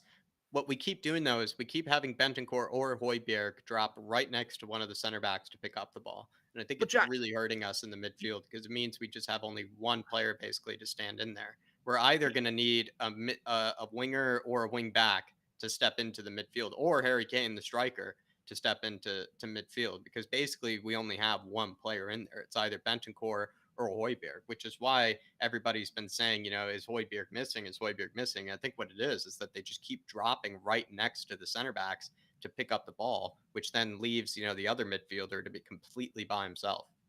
But like you mentioned, the Chelsea press there, do what they're doing. 1-2 touches, one touch, move the ball on. We're taking 4 or 5 touches, slowing everything down. Yeah. Do what Chelsea are doing. One touch, boom, move it. Drop people into space to receive the ball. Romero got the ball there. There's nobody in the middle for him to pass it into. There's nobody around him. Someone's got to move their fucking ass. Drop into position to receive that ball. Well done, Eric. Even Davies is pissing me off. Every time the ball goes out to the left-hand side, he looks lost. He doesn't know what to do with it. One touch down the line. He keeps taking 2 touches and putting it back inside. He looks fucking lost. Man up. Just man up. This is all I want this Tottenham team to do. Just fucking arrive and man up. Show some fucking cojones.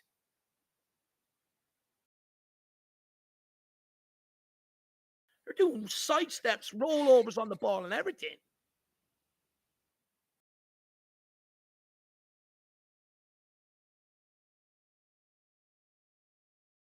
He even wins the header. Where is he putting that fucking header to? Well done, Dyer. Let's go. Dyer's been the best player this half for us. Yeah, he has been. He's won a lot of tackles, actually, to be fair to him. He usually doesn't win this many tackles in a game. again, we're just too slow on the football. Yeah. Everyone wants 5 touches. It's just, Romero. Well Oof. done. Kane, look, give it in to Kane. There you go. There you go, Harry. Oh, that's just Harry. You got so much time and space there. Get out for the corner. Son, put Jeez. pressure on him. Why is Son standing there, Jack? Go and compete with him. Put pressure on him. He's standing there. Oh. I feel like Harry's got a lot of time and space there too. He could even have a hit if he wants. Turn and have a fucking shot. Yeah, have a hit. Not even that pass. That's a weird pass as well. But 1-0 down, going into halftime. I mean, Dave, I understand we're all upset. I understand that, we're in a bad position here, but I'm going to give hope that, we're actually going to just have a completely different performance in the second half. We've seen this before from Antonio Conte. He's given these sort of kind of halftime speeches that seem to rejuvenate the boys and be able to rejuvenate the squad. I mean, this is the exact same squad that was, competing, in towards the end of the season last season, Dave. And we did find lots of moments where Antonio was able to kind of, change something up, or at least, be able to make some sort of impact on how they, are going about the game, which I hope he does, because we're going to need something to change dramatically if we're going to have any sort of hope to be able to at least get, an equalizer. Because the problem is, Dave, is that I don't really think we're defending too well, and then we're not creating anything either. If we were defending poorly, but we were creating, I think we could, find ourselves thinking like, what, that's like the risk we're taking, if you know what I mean. Because if you are able to create chances and expose your defense, at least you're trying to,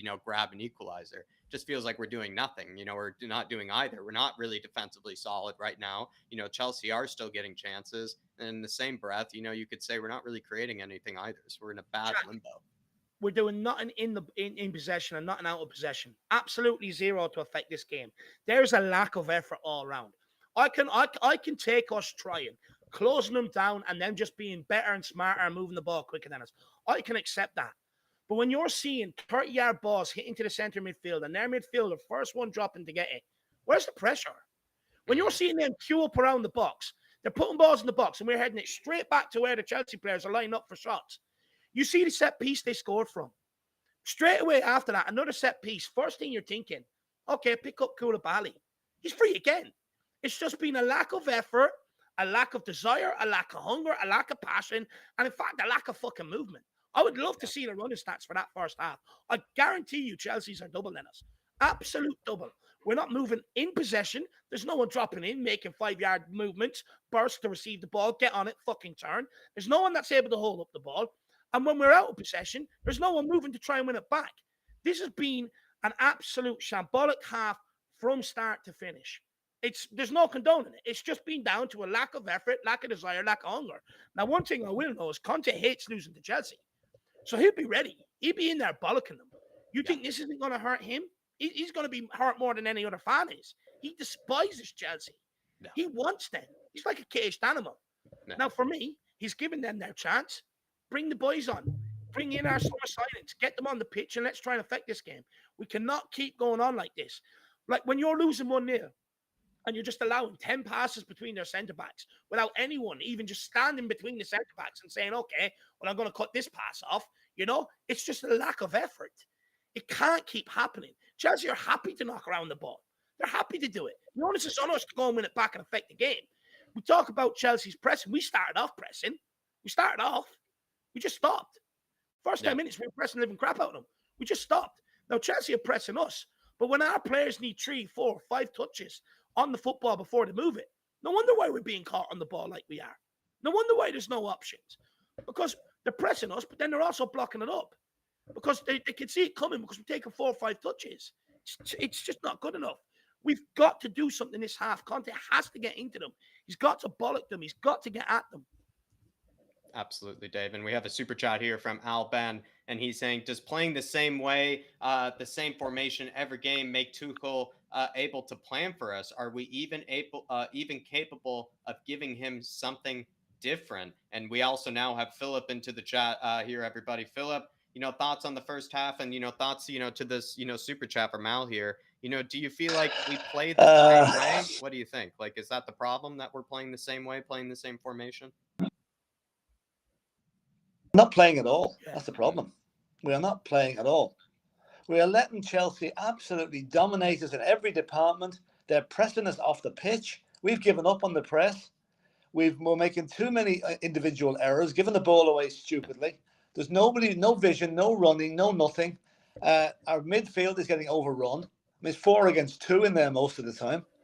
There's got to be changes at half time. Højbjerg has to come off. He's having his worst game for Spurs I think I've ever seen. He's absolutely non-existent in that But Philip, midfield. just on that, first of all, when you're coming on here at halftime and giving out, usually you're the most positive.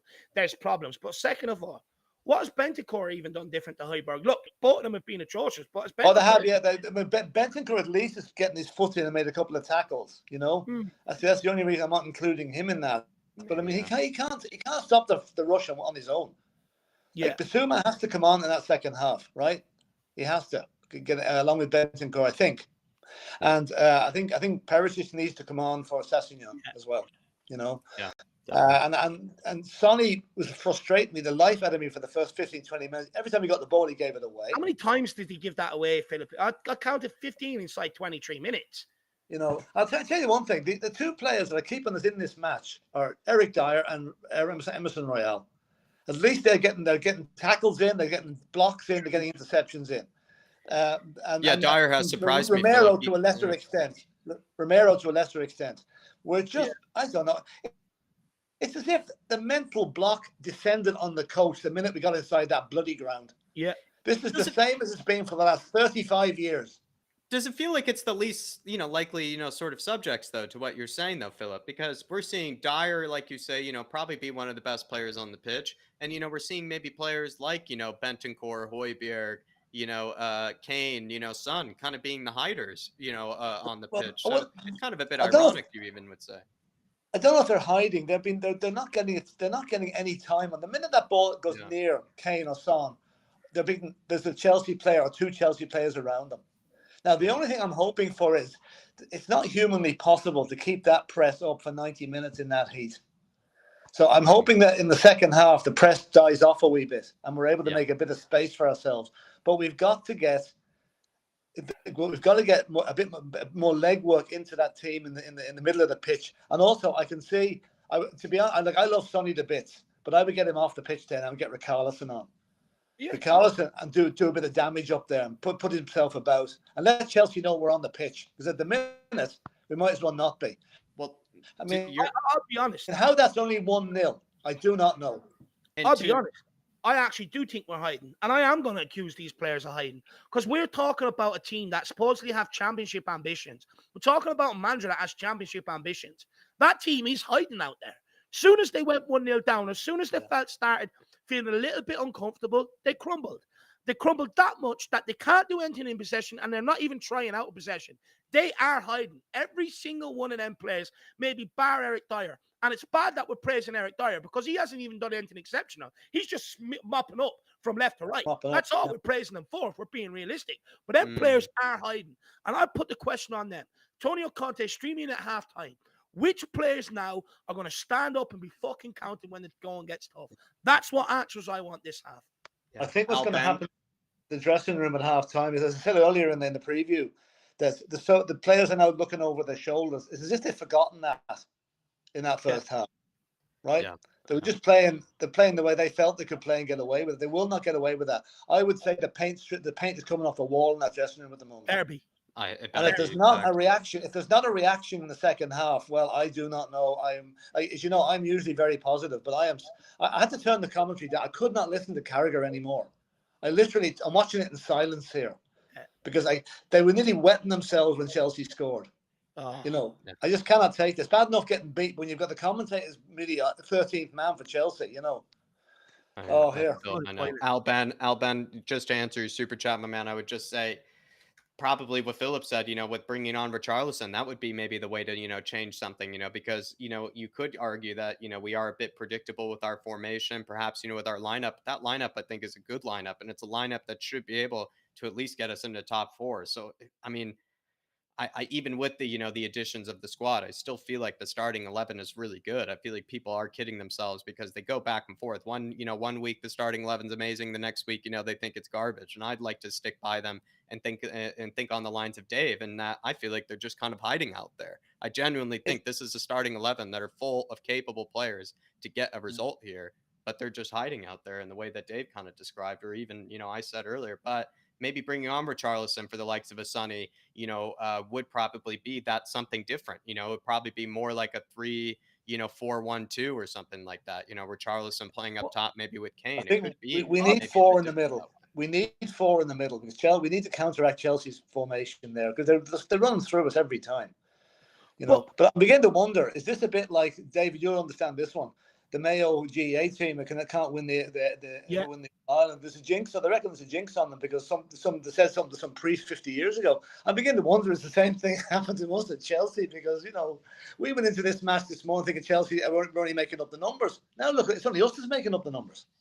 but you know what? Look, I agree, but at some stage, Philip, you have to just go in there and forget about all that and fucking go and do something about it. You Exactly. know, and this look, the formation is the same formation we used last week to slap Southampton up 4-1.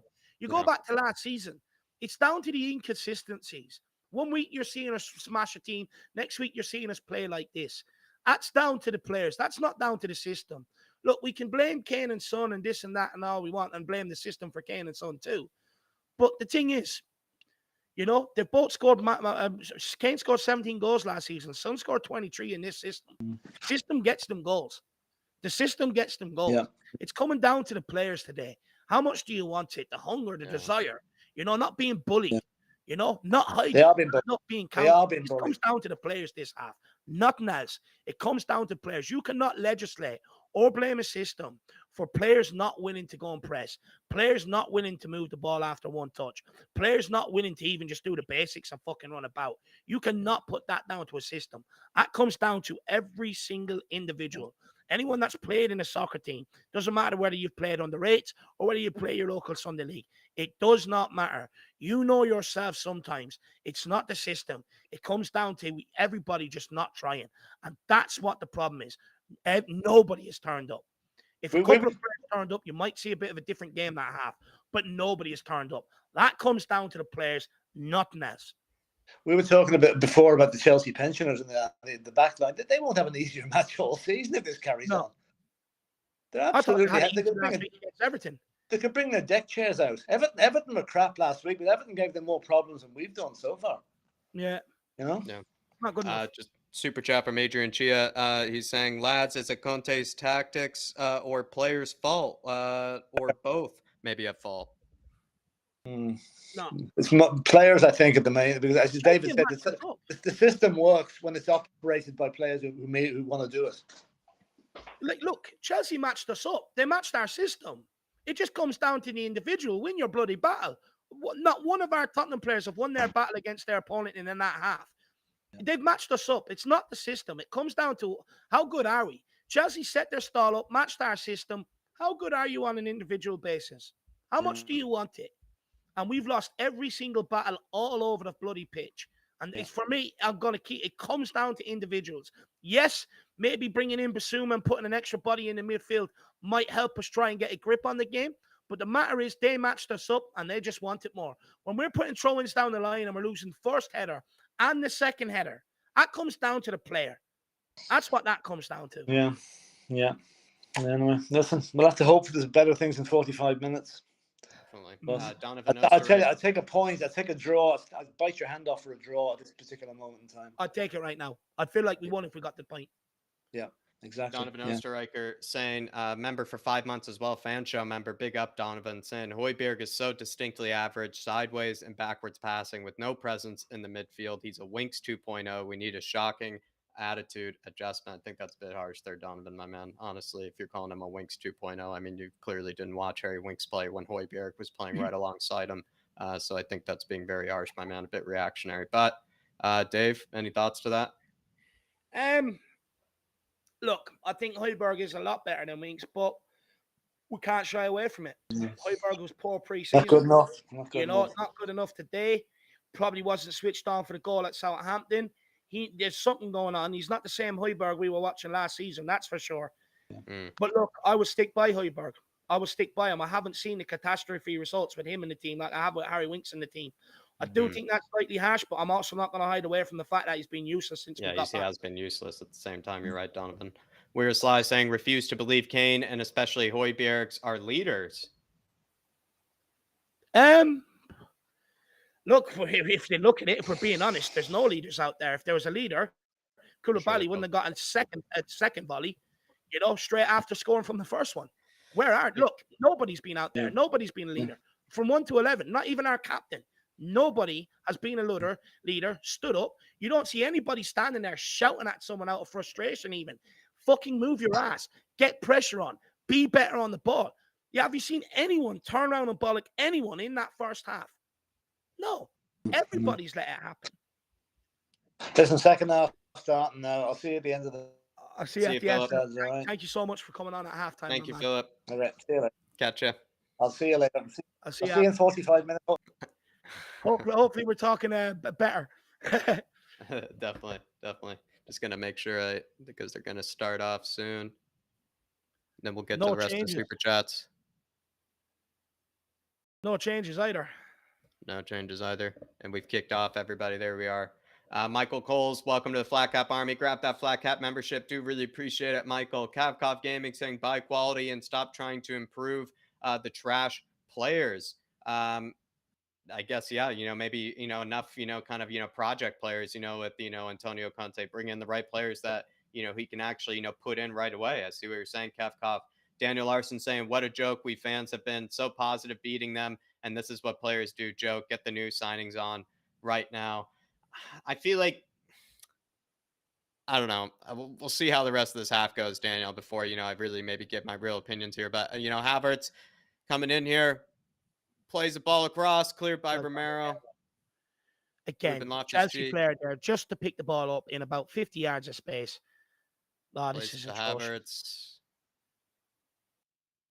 Weird clearance by Bentancur. We need to wake up. This is just literally started off the way the first half ended. Look, us fans have been let down by this 11, and Conte's been let down by this 11. They went and smacked Southampton 4-1. Looked good. You don't change your winning side. You've got to go with the same 11. But when it's not working, you've also got to change it. And look at Richarlison, Basuma, Perisic. They're all warming up. Sanchez, the message has been sent out to these guys. You've got 10 minutes. Look, there's no coincidence that they're going through the warm-ups already, Jack. I'd love to see it, Dave. Yeah, I do love to see that, actually. But big up, Daniel, though. I do appreciate it. And I would say, though, I do hope that, we see a huge turnaround from the players because I think, a good opportunity here. Kulusevski. Kept it in. You showed too much to him. No need. Oh, good win by well done, Harry. Kane. That's it. Come on, Tottenham. Well come on, lads. Emerson, what are you doing? He's standing there on the ball in possession. Will you move? Just fucking move. Just give it up. Big up, Daniel. Do really appreciate it. He just stood there on the ball, waiting for the referee to blow the whistle. Celebrating 7 months, saying this is a derby. I want to see fight and passion. Big up, Dan. Really do appreciate it, my man. And do really appreciate all the people. Sonny here! Oh, he could not get a connection. He did not hit that sweetly, but this is so much better from Tottenham. Kane dropping deep, getting on the ball. Chelsea players backing off. It's a perfect ball over the top. It's beautiful. Son's just got to make a connection. Good effort from Kane there. Beautiful pass, but big up, everyone. Do really appreciate the support and do really appreciate you all using your members super chats. We're able to put them up on screen, with this program, so you're able to see them. Big up, everyone. Let's hope for a better half this one, but a great interception from Moon Boots. Lovely Moon Boots. Kane getting assaulted. Looking for it. Referee shows him nothing. Not one Spurs player for him to pass that back into. He's no option but to take the contact. Referee was soft there as well, by the way. Jack, you need to start calling him sir again. Look, we're just standing there again. That's it. Well done, Bentancur. Højbjerg's been turned twice in this half already. I'm sorry, you just got to take him off. Get Basuma in there. Well done, Emerson. Good defending.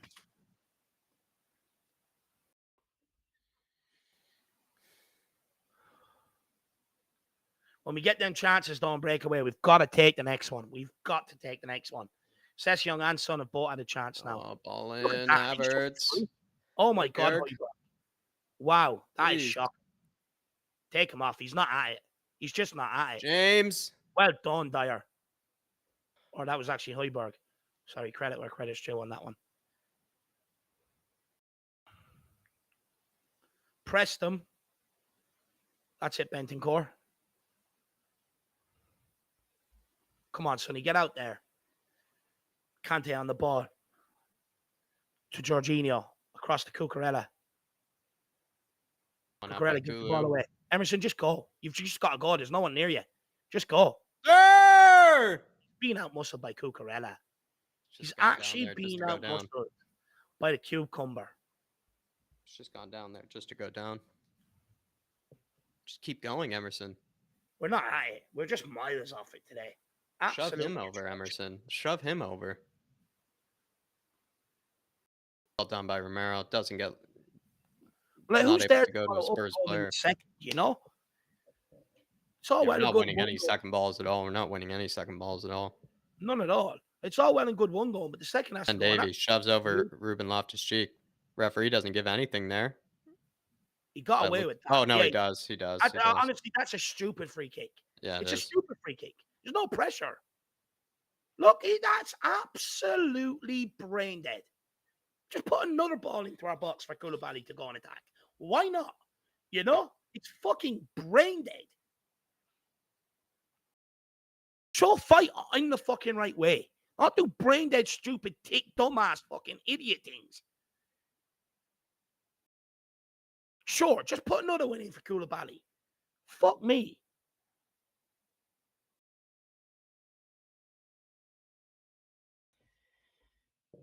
Reece James, ball in, cleared away by Højbjerg.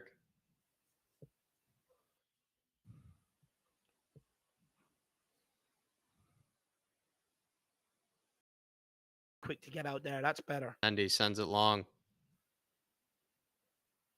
How Ruben Loftus-Cheek wins it. That's a free out. Oh, thank you, sir. I mean, you can't give one for the Ben Davies one and not give one for that. If I was Antonio Conte, I'd be making substitutions now. I would. I mean, they got 5 more minutes, Dave. I wouldn't even give them the next 5. I'd rattle them right now. Emerson. Oh, my God. What is wrong with him today? He's just got to cut that out because the referee's not. How can you go around with hair like that and look for the referee to protect you? Fuck me. Grow some cojones. Referee's not giving him the next one, I swear. Bentancur. Conte going epileptic. Look. Screaming for them to get the ball out to Session, and they won't do it. Bentancur. Where is that to? That is absolutely atrocious. And again, just let them pass it out. Why not? Why not? No pressure. Nowhere near it. James. That is shocking. And Højbjerg. James is just, honestly, no absolutely pressure. Ruined us. Like, that's what happens when one presses and the other one's being reactionary rather than proactive. Compared to before, Dave. Compared to before, where they couldn't get a pass off. Remember in the first 10 minutes, Chelsea, they found it impossible to get a good pass off. If Kane goes, Son's got to go. Ben Davies has got to go. You can't just, Kane goes and then, he's made the pass, now I'll go. You got to go.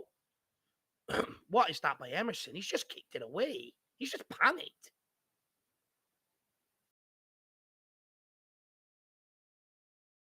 Well done, Romero. That's a goal kick. That's got to be a goal kick. I believe it's gone out for a corner.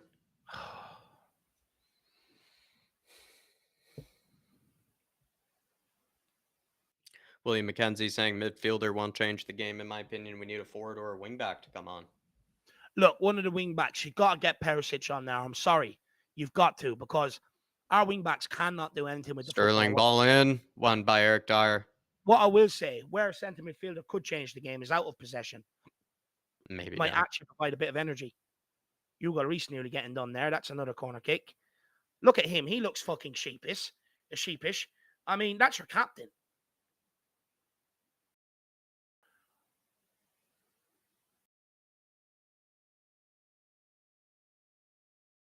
We're rattled more than a junkie coming off fucking heroin. It's ridiculous.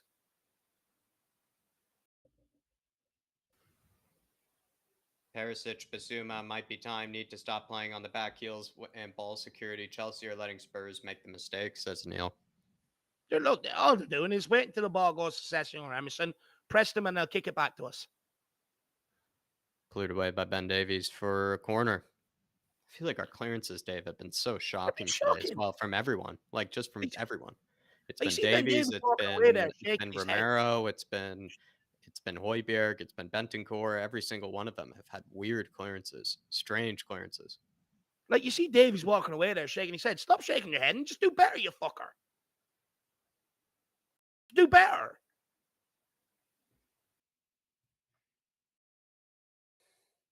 Anyone picking up Koulibaly, I wonder? Because they know he's going to be another late runner into the box. Yeah, he's going to be sitting back close by himself. There he is. Straight to him. Free as a dicky bird. Good block by Bentancur. That's it. Bentancur gets it. When he has his back turned like that, that's the time to press him. See, Dave, these clearances here have just been strange. Like, what are we doing there? Emerson followed up by Romero. Fucking hell. Well, I mean, Emerson won that header, and then Romero had all the time in the world, Dave. Richarlison's coming on. I wonder who's coming off. It'll be interesting to see. Like, that was, switching roles there. That was like Romero acting like what Emerson would do. Either Kane, Son, or Kulu are off.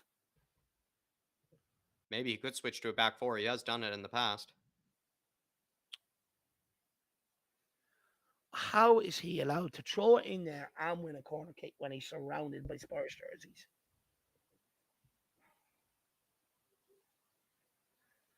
Oh, this game. I hate this game at times. I hate it at times. I really do. I'm convinced if we can get an equalizer, Jack, this game changes completely. But we're just looking nowhere near like getting one.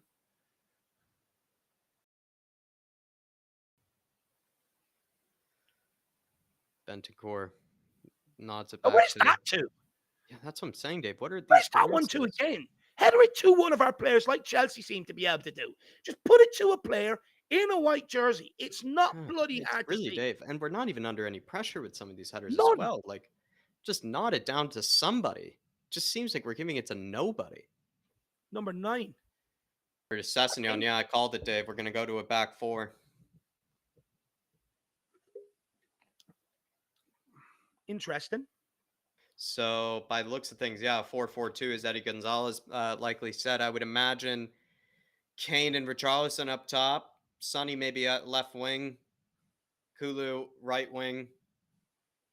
Richarlison loves a goal against Chelsea as well. Loves one. Sending along to Richarlison and Kane. Come on, Kane. Oh. I mean, there was already a 2-on-2 situation there when we sent it long. Richarlison. How's your touch? And he comes on and does that. This is the guy we're tasked to change the game. And his first touch is to a Chelsea player. Højbjerg. Someone move for him to pass it. Bentancur, you got time, please. See right. Oh, find him, Moon Boots. Thank you, Moon Boots. Thank you, Moon Boots. Emerson. Get your head up. Pick a pass. Kulu. Lovely. Sir! Oh, is he actually not giving us advantage there? Ref, his whole limb was being pulled back. That's it, Romero. That's it, Højbjerg. Good pass into Sonny. Sonny needs 3 touches. Emerson. Kane, get in the box. Fucking get in the box, Kane. I could see he wanted to hit that cross 10 minutes ago. Get in there. Good ball, too, for anybody. It's a good ball.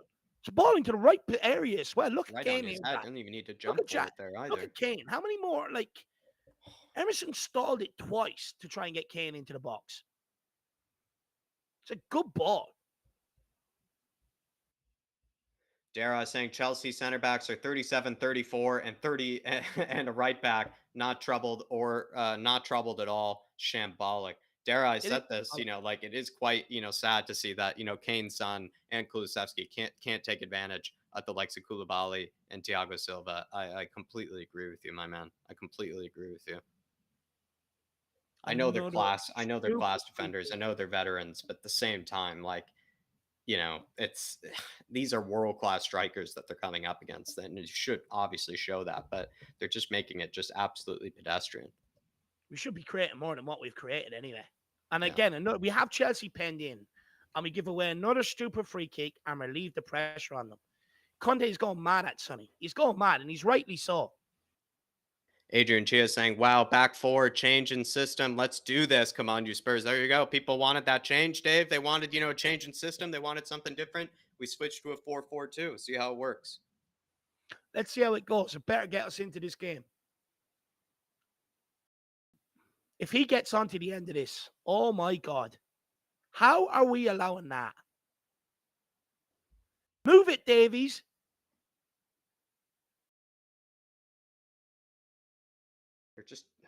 They're upset with each other as well. I'm not liking this, Dave, because I feel like they've all been playing shit, so they shouldn't be giving each other, bad body language as well. If you know what I mean. I agree. Like no one deserves, no one should think that they've been playing better than the other. Here we go. Ruben Loftus-Cheek, good win by Romero, still gets through somehow. So lucky, Sterling. Oh. How are they allowing the two of them to walk through? Oh my God! Kept getting the second ball there. They've won every second ball today, Dave. Get Perisic and Basum on. Get them on. Like at some stage, who's that backing off? At some stage, you've got to go and at least Dyer's throwing his body in there. Oh, Kane! Oh my God! How he missed? How the fuck has he missed that? That was the equalizer. That was it right there. Oh my God! How has he missed that? Please. What a ball by Højbjerg. Great pass. Kane's way on. Oh, he's clean through. Oh, Harry, you're clean through. How has he missed that? Oh, he could have took another touch. Just bend it around him, or fuck's sake, don't scuff it. Don't scuff it. That's 3 opportunities we've had, and every single one has been scuffed. Kane, Son, and Sessegnon. We're just not going to score here today. I can feel it. It's just the voodoo, Dave. Fuck's sake. But we can't keep using that as an excuse later. At some stage, some team is going to have to turn up here.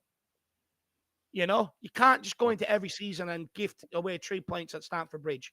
Some stage, someone has to want to stand up and put this right.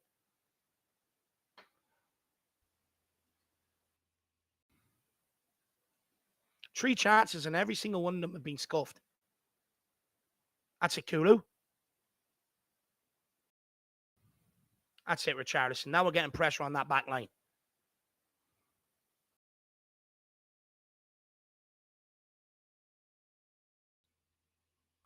Please. Thank you, Emerson. Like, what annoys me, Jack, right, is if you're going to put that pressure on the back line. Oh, Romero, please. Why are we giving it away there? What you can't do is just gift them free passes to get out of jail free. Oh, my God. James, 2-on-1. 2-on-1. So pull back into the right area. Top of the box, Jorginho. Well won, Højbjerg. Keep going, Richarlison. Now, look, that wing back, he's so free. Like, if the two boys are going to press, we've got to get pressure on him. Oh, great pass again! Off. Just hold and run, kid. Good pass again from Højbjerg. He's trying to thread the balls through.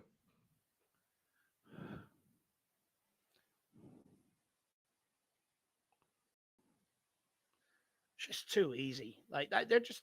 Loftus-Cheek and Sterling just have the field day there. Like, we've got to punish them for missing that chance. We've just got to. Can't allow them to miss from 6 yards out and not punish them. We are starting to get a grip on the game now. We shouldn't have to wait 63 minutes. Romero into Bentancur. Bentancur to Højbjerg. Back to Bentancur. There you go, Sonny. Weak pass to Kulu, but we'll take it. It's a good pass. There you go, Kulu. Emerson. Oh, my God. Just pull it back to Kulu. He's right there. Just give it back to Kulu. You can't cross. Just give it to the guy that can. Højbjerg. Night. Okay. Richarlison. Corner there. It's got to be a corner. Come on, Tottenham. Come on. Right. Richarlison, just hit him an elbow and tell him to fuck off. Don't even communicate with him. Paul Markey saying it's Harry's fucking August cursed again. Look, we're being honest. Harry Kane's not the only one that's missed a chance today. He's not. Son missed one. Session missed one. None of them can fucking shoot.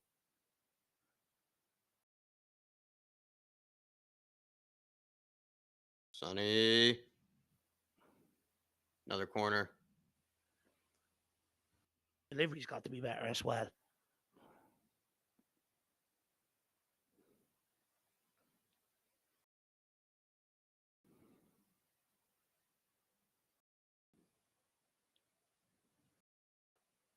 Go and win this. Show me some fucking hunger. Sonny. It's good ball. Oh! Oh, shit. Emerson. Get there, Emerson. Thank you, Emerson. Thank you, Emerson.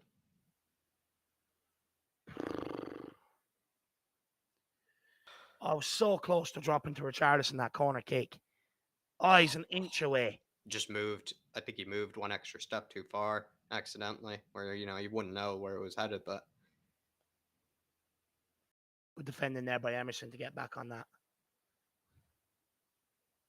Just get at them again. That's it. That's it. There we go, lads. Bench core and Kane. That's fucking beautiful pressing. Where was that in the first half?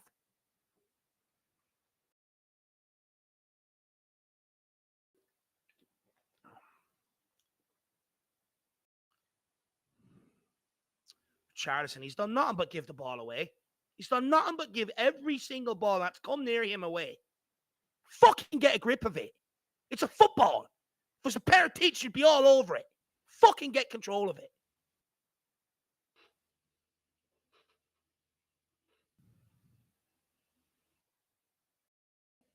Sterling plays it into Havertz. Inside our box. Plays it out back to Sterling. All the time in the world. Who's closing them down? Who's closing them down? One with Dyer. Back post. Emerson clears. Good pass, actually, to Kulu. Now, where's the runners? There you go, Kulu. Sir! Yes! Oh, my God. Book him now. How many more bites did he need at him?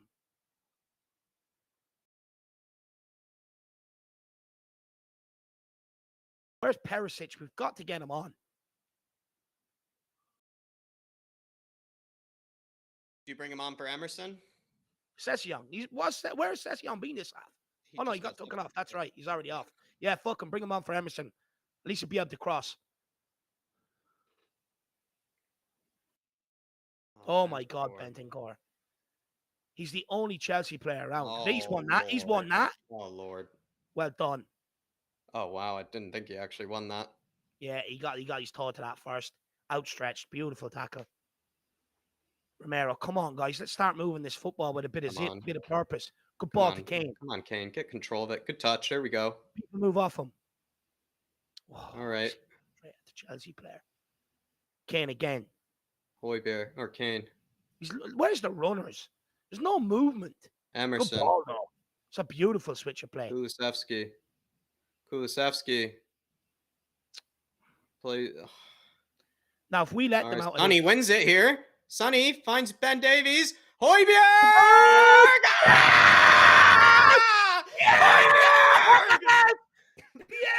Emil Højbjerg. Oh, Conte and Tuchel getting in it on the sideline as well. It's being disallowed, is it? Look at that. That's it, Conte. Roil them up. Battle of the Bridge 2.0. Come on. Højbjerg! Come on. He's been fucking useless. Come on. Pierre-Emile Brickhouse. My man. Come on. Stand up and count it, Jack. But absolute.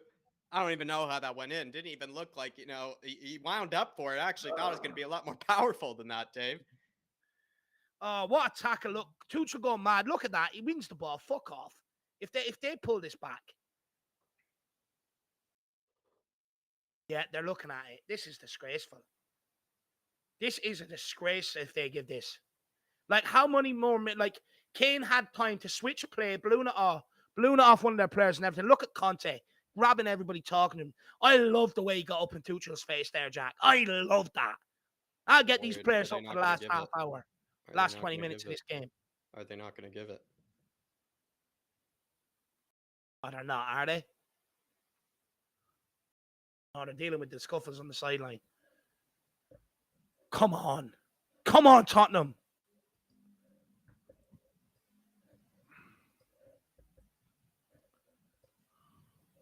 I thought they'd These are allowed it. there for the taking. Did they allow it? They got to. You can't pull it back 20 minutes after he's made the tackle. You just can't. Like Harry Kane had time to hit it off their centre midfielder, switch play. You know what I mean? They had possession multiple times since then. I'm sorry, but if you disallowed this, it's shambolic. Big. Who's the Spurs guy that got booked, Jack? He needs to go down in the Hall of Fame. Another one. Conte getting booked. Come on. Oh, Jack, I'll be back. Come on, Tottenham. We're back in this. Pierre-Emile Brickhouse for Højbjerg getting the equalizer. Look at Perisic having a talk to Sonny. That's it, Perisic. You know, that's what bringing him in does. Speaking to people on the sideline at moments like this. We have them absolutely fucking rattled. This goal better stand. Yeah, look, the Chelsea player lost the ball. Højbjerg, right in there, receiving. Just hits it first time. Oh, Richarlison could be off here. In the line of the keeper. Yeah, it's going to be disallowed. It's going to be disallowed, Jacko. I don't fucking believe it. It's going to be disallowed. Yep. Richarlison was blocking the keeper's eye line. It's going to get disallowed. I don't believe it. No, it went off Koulibaly. Yeah, but Richarlison was has it been given? I think it's been given, Dave. How many more Sorry, I was off times? screen. I had to take a piss, but it's been. I think it's been given, Dave. I don't know. They were looking at it there. Richarlison was offside. Sorry, guys. The screen, what we're watching right now has confused us, and we're not able to hear what they're saying. So like, I've just been so confused by what they've been showing us 1,000 scary replays, Dave. They've been showing us every scary replay they can. It feels like Chelsea is running, the cameras right now because they're showing us, like they're showing Conte, heating up. Conte celebrating in Oh, that was face. boss.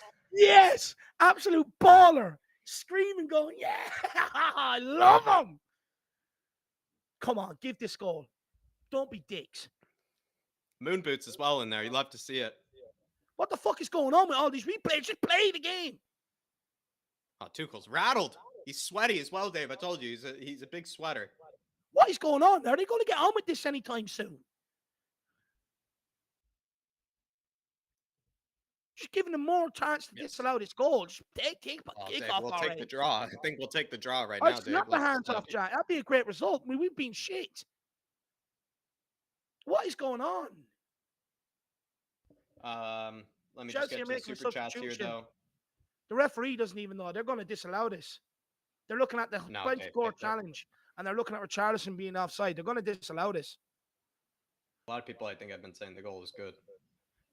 Adrian Chia said Conte's new system works. More bodies up front. Come on, you Spurs. Yeah, maybe, the help of, Richarlison just gave them more to think about, made life more difficult for them. Loves Music says, my man, P-E-H, come on, you fucking Spurs. Big up, Loves Music. Højbjerg, garbage game. But absolutely, you came and saved us there. And, we'll take it, Dave. We just needed somebody to just step up. And honestly, Højbjerg as well, showing maybe the rest of the players how to freaking finish. Jack, it's all we asked for. Big up Richarlison. Richarlison as well, doing a lot of pressing as well, able to just get us back in this game. Now we've 20 minutes to take it to them. Let's see what they're really made of. What I will say is bringing on Richarlison with Kane up top means Chelsea have not been able to pass their ball around the back like they were doing to gain control of the game, Jack. Richie Shithouser, here we go, says Ken. Oh, he's got to go and get the winner. Suspended again for throwing a flare into the stands the last time against. He's got to go and get this winner.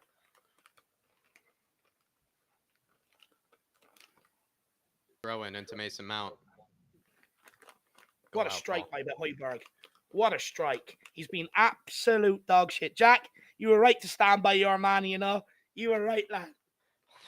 I think Bentancur and him have been garbage, honestly. I think both of them have been garbage. In fact, I actually would say the second half, Højbjerg has been better than Bentancur. That actually wasn't even a fluke. He played 2 separate passes, in behind, Dave, Højbjerg did. He's been playing much better passes. So I would say still not a great performance from Højbjerg, but I would say him and Bentancur probably were on par with each other. Maybe Bentancur a bit better, in the first half, and then Højbjerg I think has been much better in the second half. I agree, actually. He played the ball in behind for Kane. He tried playing Richarlison in as well. I agree.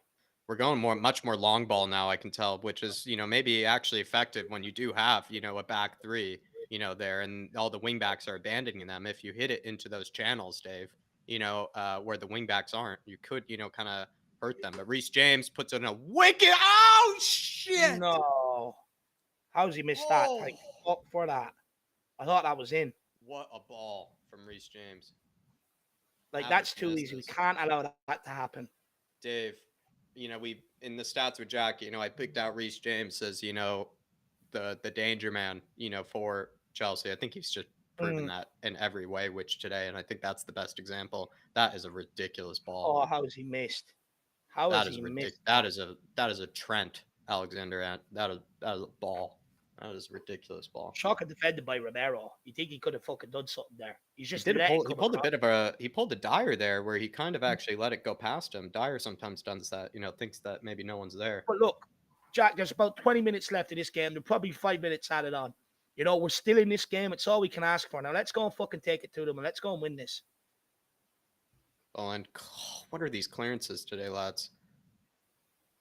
Not one of them are pulling a Werner, says Welsh gal. Who? Said Havertz pulling a Werner, says Welsh gal. Yeah, 100%. But I'd take the draw. I would take the draw. Bentancur plays well held, Richarlison. Passing Richarlison. Richarlison does well. Done very well. Oh, Emerson, that is absolutely such a hospital. Such a hospital. You've got to get Perisic on for him, Jack. You've got to. That was suicidal. If they go and score here, that's his fault. You just don't loft the ball into the midfield like that. Go long to Kane if you have to. But don't ever do that again. Ever. Especially when the player has their back turned and he's static. You're just asking for him to be clattered into, for the ball to be taken off him. You're just asking for it.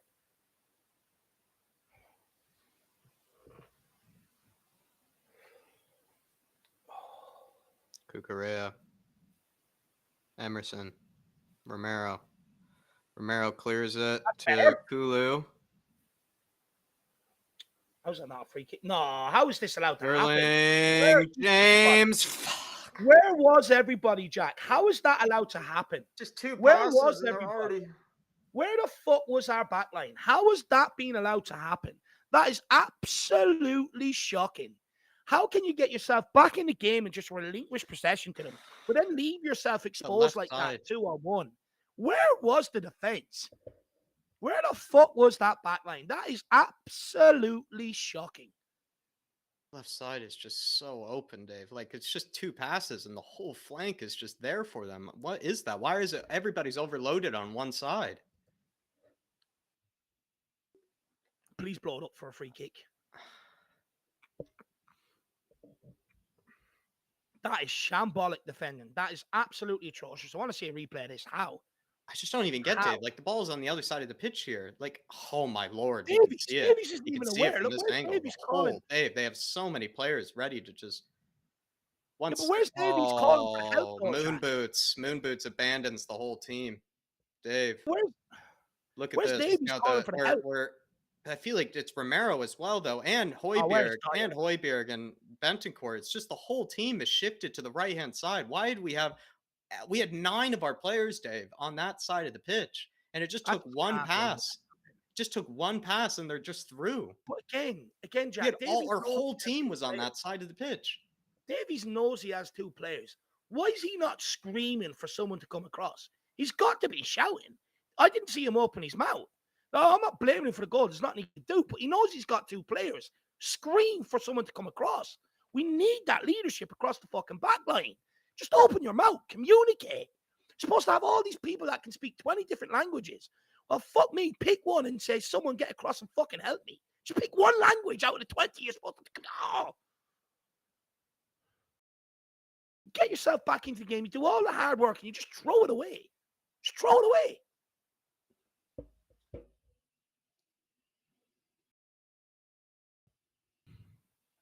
Fucking frustrating, man.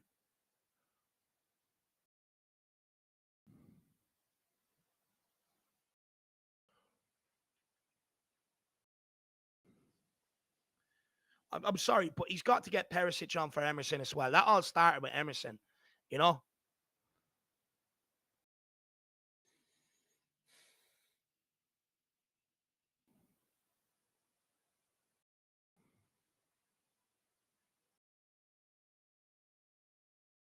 The Chelsea players just know exactly where they're going to be when they're on the ball. They just know. Look at them. They're passing it around. No one's getting close. Oh. Emerson just getting danced around. Who's that on? Basuma. Basuma on for Sonny. Perisic is on. Should have made them when we went 1-1. That's it. Oh, they're just not getting the look at the ball either.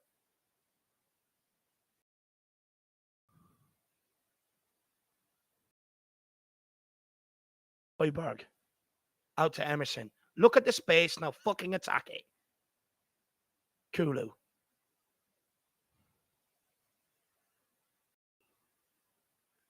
Oh my God. We can't even get control of it from our own throw-in. Romero. Basuma. Into Basuma. Out to Moon Boots. First time. Well done. Perisic. Goes up for a corner. Come on, Tottenham. Come on, Dyer. Fucking Davies. One of you stand up.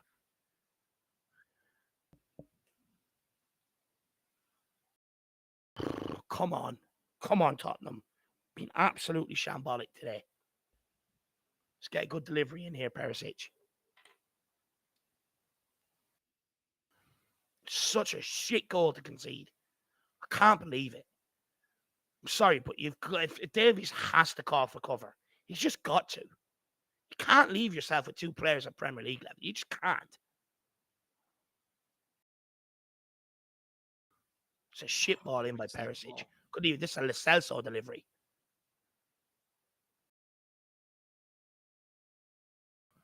Lucas Moura now coming on. He better fucking do something. He's on for Emerson. Conte going for the game here. Going for it. Yeah, he's going. He's going for it. I just can't get over that Ben Davies would leave himself with two people and not even call for help. What a throw. Who fucking threw that? That can come with views. Richarlison? Sir! Just cleaned out there. He's going to stay down. Oh, little cunt. Get up. He didn't even touch him.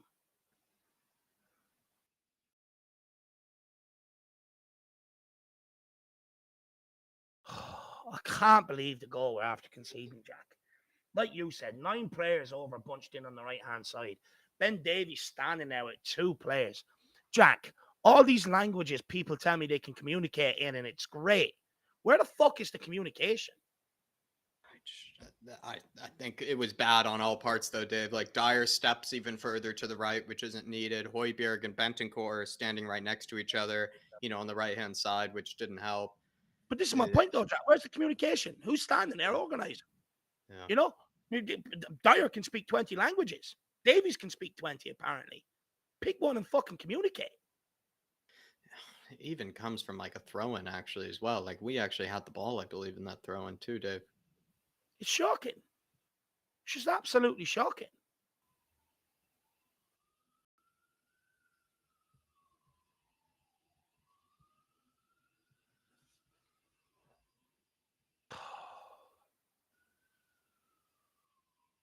It's been a crap afternoon.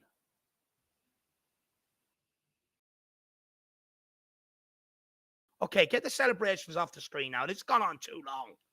This is ridiculous. Fucking whoever the cameraman is a fucking Chelsea fan.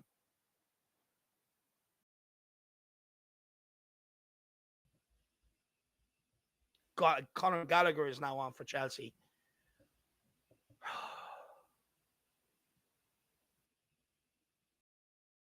We've been the masters of our own doing. We have been the masters of our own doing. We had the draw right in front of us, Dave.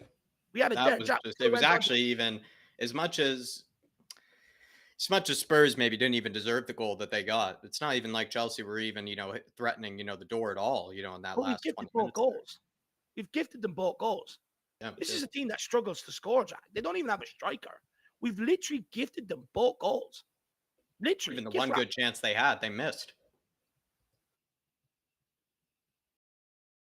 Now they're all over the place. Now we are absolutely all over the place. Fuck me. Mount just takes a shot. It's just gone wide. Again, stepping by Dyer there. That's shocking defending.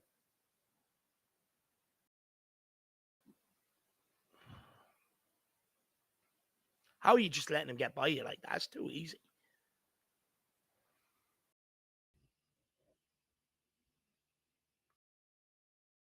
What is that? Ref, that's a yellow card. Romero, don't let him do that to you. Now get on with the game. I'd say Højbjerg, try and wind him up a bit more.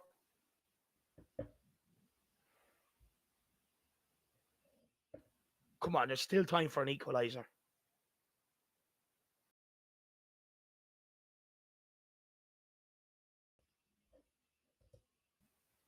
Bissouma. Oh, that is shocking. That is shocking. How good are you defending? Oh, well done. He makes up for his own mistake.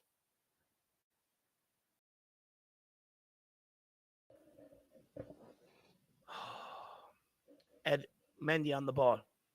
Free pass into the midfield. No one near him. Back to Mendy.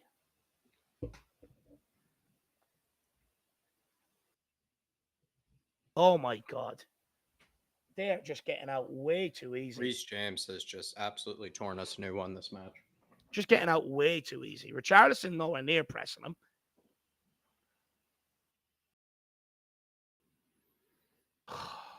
Man, what do we have to do to fucking beat these fuckers? Just get me a point at this stage.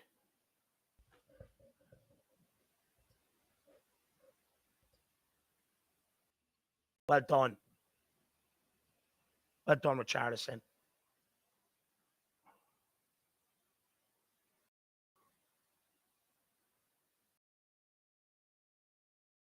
Romero into Bissouma. Get that out to Perisic quicker. Fucking backwards every single time by Ben Davies. Jack, is he incapable of getting on the fucking half turn? Is he incapable? Play a hospital and a Harry Kane there from Moon Boots and give it back to Chelsea. Just get on the ball and turn. He doesn't even want to look. It's just, there you are, Dyer. Fucking turn and be a man. Be brave. Just turn. Fuck. Fuck, fuck, fuck.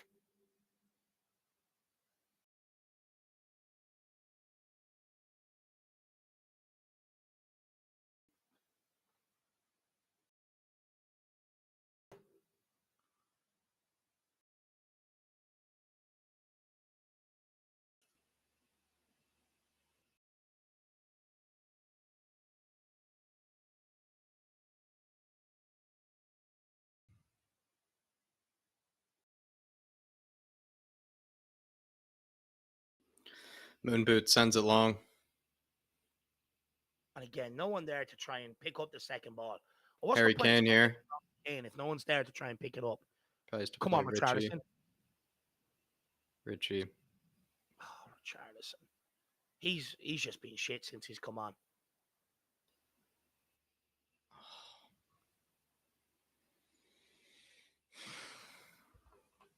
We're done for. We got ourselves back in the game, done everything, and we just gift them a goal. Just gift it to them. Why not? Been gifting gifts at the back line for I don't know how long.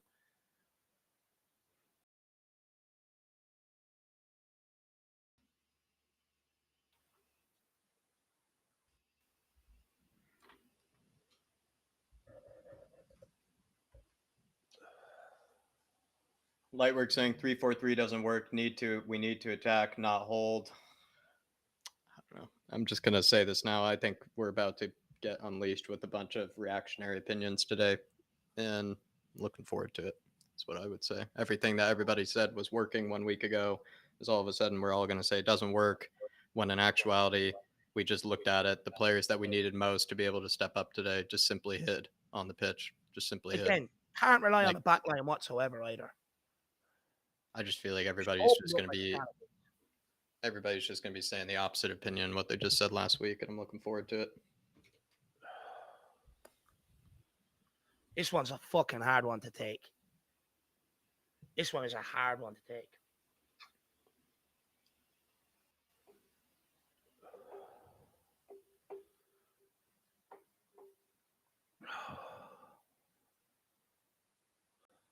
Six minutes. Come on. Come on, Tottenham. Where was that to? And that all started by a shit ball by Lucas Moura towards him as well. It's just, you just got to wrap it into his feet. I mean, we're not asking for the hardest. Richie here. That's a free. Just nod it back to your keeper and get going again. Come on, Dyer. Come on. It's another lofted one in behind towards Perisic. What can Perisic do? Just a throw in.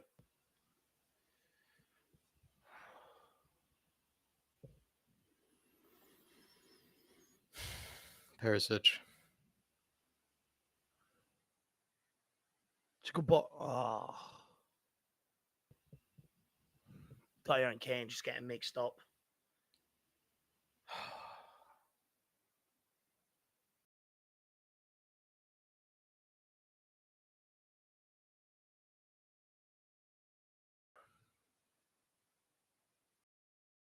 Make him go long. No short balls, please, I beg.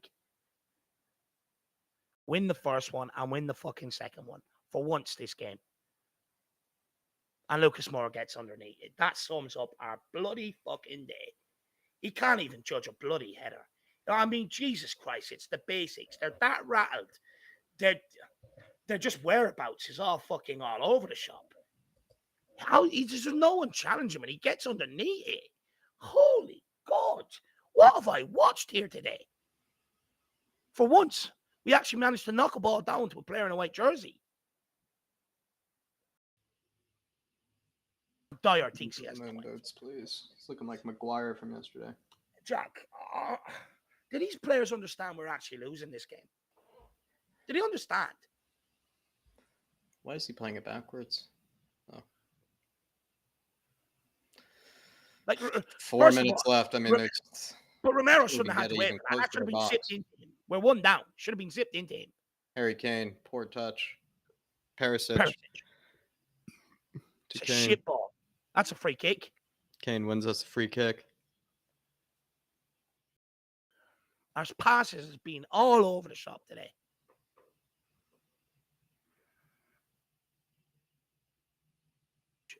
Put a good delivery in, please. Please beat the first man. I beg. I beg. One good delivery is all it takes. Come on, Perisic. And do it quicker because, I mean, the clock's just ticking away. Just do it quicker.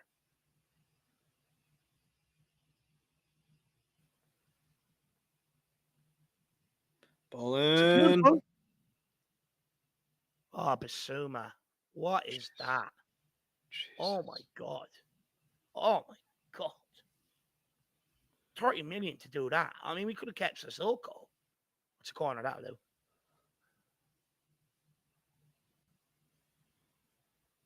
He's dragged two Chelsea players out with him now. Swing that ball in.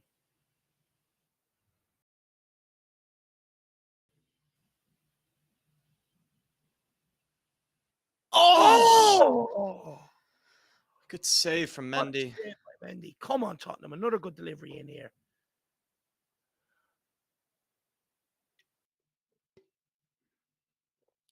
Ben Davies winning that. Was it Eric Dyer? What a save.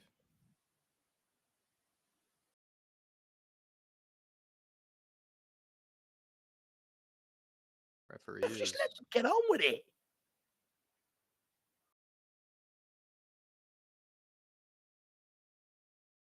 I wonder if they're looking for a penalty here. Or a handball. Cucurella looks suspicious. Come on. Oh, no. Romero. They're going to give Romero like a red or something. Dave. Not sure he hasn't done anything. Cucurella's dragging out. He pulled Cucurella down by the looks of it. Pulls him down by his hair. Holy shit. That's a red card. He pulled him down by his toilet brush, Dave. He pulled him down by the toilet brush, Dave. Just tell him to get on with it. That's lucky. Oh, we're playing on? Holy shit. We've got 1 minute left. Don't do it again. He's still roughhousing him. Romero, relax, my man. Relax. Tranquilo. I'm trying to fucking get a goal here. Ball in. And it's... Harry Kane! Harry Kane! Harry Kane! Harry Kane! Harry Kane! Harry Kane! Get in! Get in! Pick it out! Come on, lads! Oh my God! Come on! Come on! Come on! Oh. Harry Kane, king of the lane. He's one of our own. Oh, Harry get in this camp, he's one of our own. Run over to the pyramid. Run over to the sweaty man. Huh? Oh, run over to the sweaty man. He's run over to him. Rub it into his face, Conte. Grab a red, Conte. Get a red. He's one of our own. Get a red, Conte. Get a red card. He's one of our own. Harry Kane. He's one of our own. Come on. Big H, baby. Oh, look at that. Like a phoenix. First one. That's actually a fantastic header. That is a glorious That's a beautiful header. Look at that, Jack. Look at that. Oh, actually, he was headed off target. He's headed off target. Did he header that off for Richarlison? Reese. Oh, that's it. That might have headed off target. One of our own. Don't care. One of our own, Jacko. One of our own. Big H. As Patty says, fucking get in. Come on! I've seen comments in the first half saying, take Kane off. Well, that's why you don't take the big man off. That's why you don't take him off. Come on. Pick up that result at Scunthorpe Bridge. Come on. We've been absolutely useless. Both of the players that scored have been absolutely useless. The whole team has been useless. Oh, here we go. And also, I must say, actually, both garbage goals, I must say, from both teams as well. Like, I think every goal has been quite trash, if you ask me. We're the Tottenham boys making all the noise everywhere we go. Come on, let's go and sneak a winner. Leave it go to Hugo. Get up the pitch. Well done. Looks like we're going to be happy to take this. Come on, yes! Oh, Conte and Tuchel again. Look at that.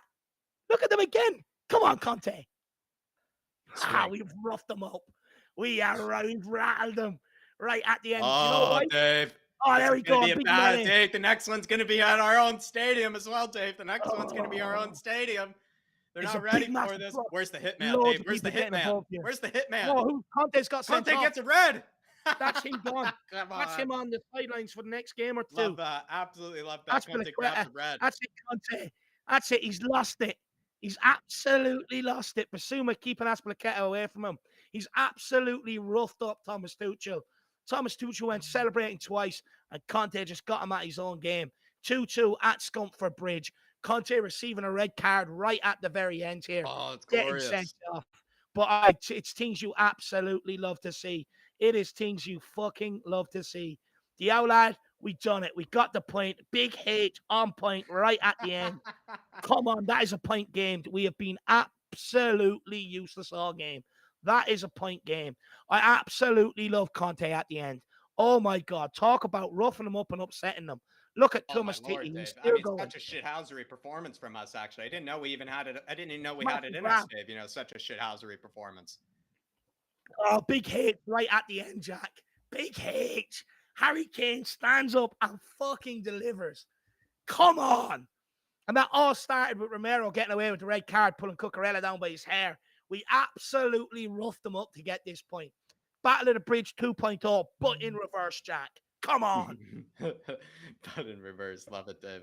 Absolutely love it. Absolutely love it. Just trying to get in Philip here just a Oh, second, look at Philip. the smile. Look at that glorious smile on Mr. Brady's face. Can't wait to get him in. 1 Philip, second, just a Philip. moment. We're about to hear from you. Just trying to get him in there. All Oh. right, Philip, we have you on. I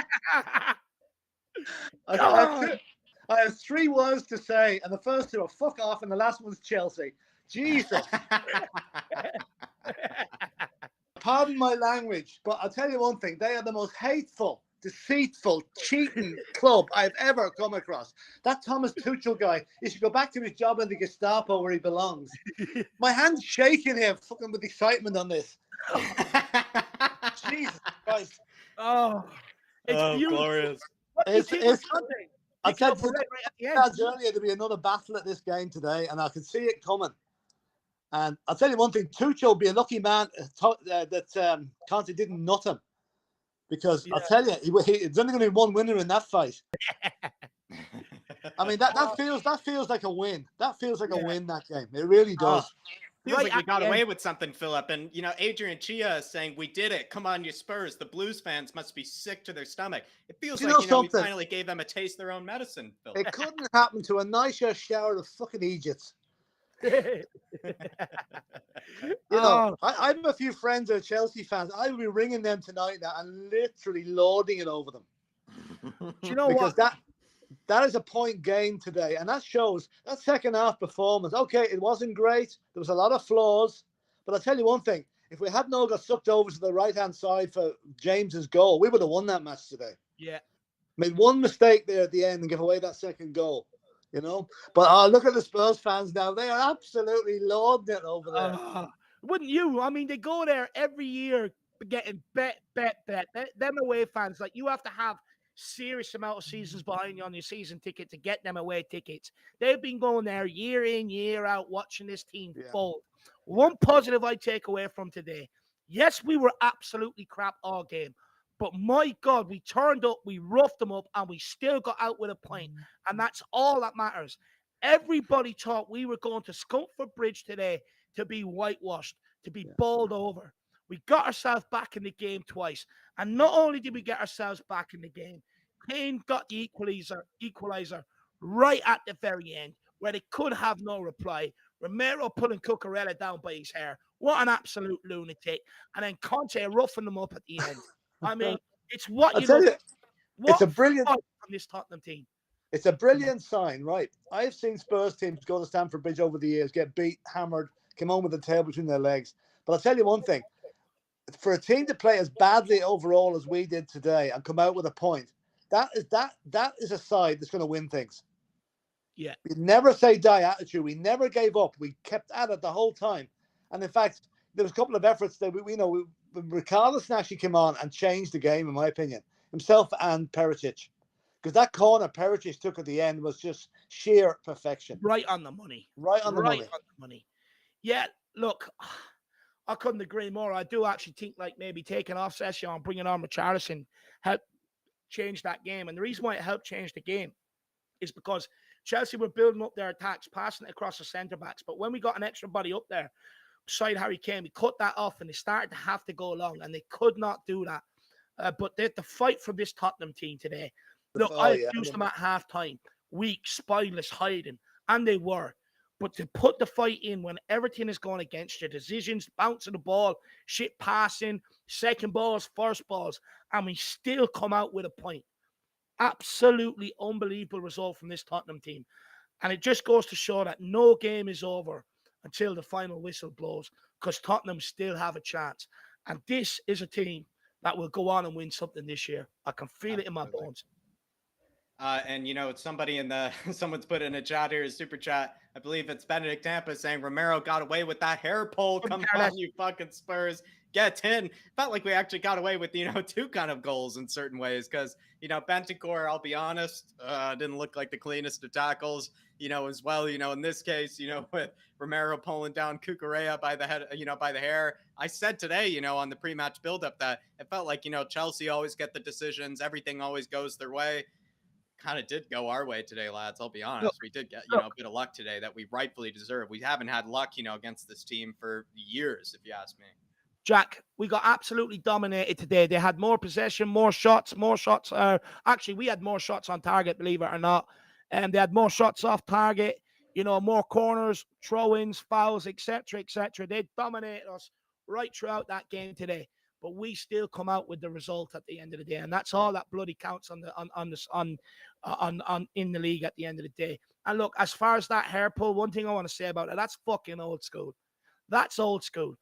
Look, when I went into Sunday League at 16, that used to happen to 10 lads out there running by them. I'm not chasing you. Pull your hair. You know what I mean? That's old school. And what that done is it kind of put Chelsea out of the zone a little, if you think about it. And they were not right for that second set piece. If that set piece came in straight away after that one, without that bit of a melee, without getting them animated, they were in the zone ready to clear that. But just that little thing alone probably is what put them off and the reason why we went on and snatched that game. So let's not underestimate that hair pull. And my God, it gives me a hard on, and I mean an absolute rock on, to see us go to Stamford Bridge and bully them like that, pull his hair and put him down to the ground. That's what we need to see more of. That's fight. That's passion. That's frustration. And that's what I want. Absolutely love exactly it. What you want to be old seeing, school baby. that. Love to hear that. Love to hear that. Yeah, Philip. Can't hear you. Oh, Philip, are you on mute? Yeah, did you mute yourself, Philip? He logged back in. All right. Well, I'm going to get to some of the super chats here, and we're going to try to add Nick in here. Maybe a few technical difficulties on all ends. Yeah, I think Nick actually left as well. So both of our, people abandoning us by the looks of it. Dark Sun G with the super chat saying Kane fitness saved us to get 1 point. Kane's fitness saved us to get 1 point. This point is absolutely massive. Also, Højbjerg scores his season-long long shot from outside the box. I love how many late goals we score. Højbjerg gets his annual, long shot, and then he'll never score one ever again. And it probably came in the most crucial moment, Dark Sun G, if you ask me, brother. And then on top of that, Dave, the most massive of points that Harry Kane was able to secure for us. And it felt like, no one really played above a 6 out of 10, really, if you ask me. I don't even know if anyone deserves anything more than that, even despite I would have given everyone a 5. I would have given everyone a 5. But Jack, can you say who got the equalizer? I didn't hear you. Say that again. Sorry, Dave. Who got the equalizer? Can you say it again, Jack? I didn't hear you. Mr. Harry Kane, Dave. Say it with your chest. Harry motherfucking Kane got that equalizer. That's what happened. Fitness right till the end. Never give up. Never say die. Wanted to win it most. And that's the result. We have absolutely robbed them at the bridge today. We walked in there with balaclavas, Jack, and walked out with the fucking lottery, baby. Love that, Dave. Absolutely love that. Philip, I'm going to try to bring you back in here just a second. But another super chat, I believe. Just a moment. I'm going to get to the chat here. Sorry, guys. Just catching up here. Philip, I'm going to have to add you in as well. But lots big chat. Okay, I could keep talking, Jack. I could keep talking. No problem. Just let me know when Philip's in. Dark Sun G saying, no, we just have a lot of super chats. So I'm trying to put in Philip as well as, get to the super chats. Dark Sun G saying Blues defenders are their goal scorers. Their forwards absolutely suck. They can't finish. Havertz, absolute Werner-like sitter that he missed, Dark Sun G, in a gorgeous ball, actually, by Reece James. It was a Trent Alexander-esque ball, and somehow he was able to miss it on a strong foot as well. Ian Cook saying member for 7 months as a fan show member. Big up, Ian, saying fantastic performance in the second half. I love Conte's passion. He got sent off, but so did Tuchel. Super Spurs. Come on, you Spurs, get in. I didn't actually see Tuchel get sent off, Dave. I thought it was just Conte. I didn't see Tuchel get sent off either, but look, fucking happy days. He's rattled them. We've absolutely rattled them. Did you see the celebrations when Reece James scored? Tuchel and the Chelsea fans thought they won it. But what they didn't bank on is this is a different Tottenham team with a different mentality. They did not see that equaliser coming. They are absolutely gutted. Absolutely gutted. They did not see it coming. But the mentality of this team, we're never out of it. We're never beaten. We've seen how crucial them late goals were last season. Late goal against Leicester, Watford. There's other games there. It ended up getting us Champions League. That point could come crucial come towards the end of the season. Could be a big one. Absolutely. Big happy and really do appreciate it. All right, Philip, we now have you in here. Adrian Chia saying Bentancur's tackle on Havertz is absolutely taking a piss. Philip, your thoughts on that? Maybe did we get lucky maybe on both occasions, with VAR and whatnot, with Bentancur's tackle. And then, I think as well, there was that Romero hair pull, too. Well, there was I did expect. I was actually quite surprised Anthony Taylor didn't give that, but then again, he let a lot of stuff go today. So that wasn't the worst tackle that he let go. So we'll take that because he's a good ref most of the time, and he let things flow. And I think he just decided there wasn't enough in that to give a free kick. But I thought what was going to happen there. It was 44 seconds between that and the time of the goal. I thought they were going to bring it back and disallow the goal for that. Oh. That would have been criminal. But Romero, he is an absolute legend. You see, they took Havertz off. I think that was for his own safety, to be honest. Do you agree with me about Romero basically using Cucurella as a ragdoll, like the old lad is saying? Oh, yeah. Absolutely. The oldest trick in the book. That's probably why footballers have short hair these days. You probably find it like Cucurella will probably get the hair shaved off now for the next match. Do you think by him doing that, though, Philip, put them off their game? Because they were in the zone, but by him maybe doing that, roughed them up, took their eye off the game a little, and that's why we got the equaliser. Yeah, I think they actually thought they were seething with indignation. They didn't get the free kick, and it took their mind off the corner. And the corner came in, and the rest is history. Harry Kane scores. Romero's a fucking legend. Dark Sun G saying, I remember he's actually been interviewed on TV here at the minute, Harry. He's got a smile about as wide as the River Thames on his face at the moment. me and Harry are matching. He knows he wants something. I'd love to be on a train back to London now tonight while listening to those Chelsea fans bitching about this. I would love to be walking out of Scunthorpe Bridge with them away fans. I'd say it is absolutely I can't have it coming on TV. So hang on, I've just been evicted. I've just been evicted from the sitting room because the wife wants to watch Harry Kane on TV. I don't want to sound. I mean, Philip, I think we all want to, to be fair, she's probably, what Dave's, dying to do too. Dark Sun G saying, I remember some games that Liverpool and City played badly in and went on a great run after getting a draw. We got 4 points that we dropped last season. Very good point there, Dark Sun G. And I wanted to actually get this across earlier. I know it's a bit off topic, but Dave, maybe you can kind of, address Dark Sun G's main point. But people are saying, oh, we can never perform against the top six. We never perform against the top six. It's like, you look at last season, it's like Liverpool and Man City, we were the better teams against. You look at, our performances against Man United, bar the one against Nuno. We got extremely unlucky against that one. Ronaldo just absolutely carried them, through those games. We were able to absolutely smack Arsenal. And then when it came to the other, West Ham, we did a fabulous job against too. So I kind of didn't want to, when people are saying that, it's like the only team that we really do definitely struggle against and seem to always never show up against is Chelsea. And it kind of did come true, again today. But to say that we don't play well against top six teams, I would just say, look at our record, under Antonio Conte last season. Against the top six teams, we were actually more than fair, or at least more than average, you could say, against them. So to say that we'd never perform against top six teams, I think is an absolute overblown statement. And that's what I was worried was going to happen today, was a bunch of statements like that being put out, what I just don't think are simply true. And when in the case of what Dark Sun G, though, is saying, Dave, is that, in the case of Liverpool and City, he did remember them, being able to play badly in the beginning of the season, but they still went on to win the league and they still would grab points like this. Look, Man City and Liverpool don't play phenomenally every single game. The difference is with them, even when they play badly, they don't get beat and they get out of there with a result. And that's what this Tottenham team have had to learn to do. And they've learned it in such a short space of time. We were absolutely god awful. From 1 to 11, we were useless today. We don't deserve to be out of here with a point. We should have been slapped up and dead and buried by half time.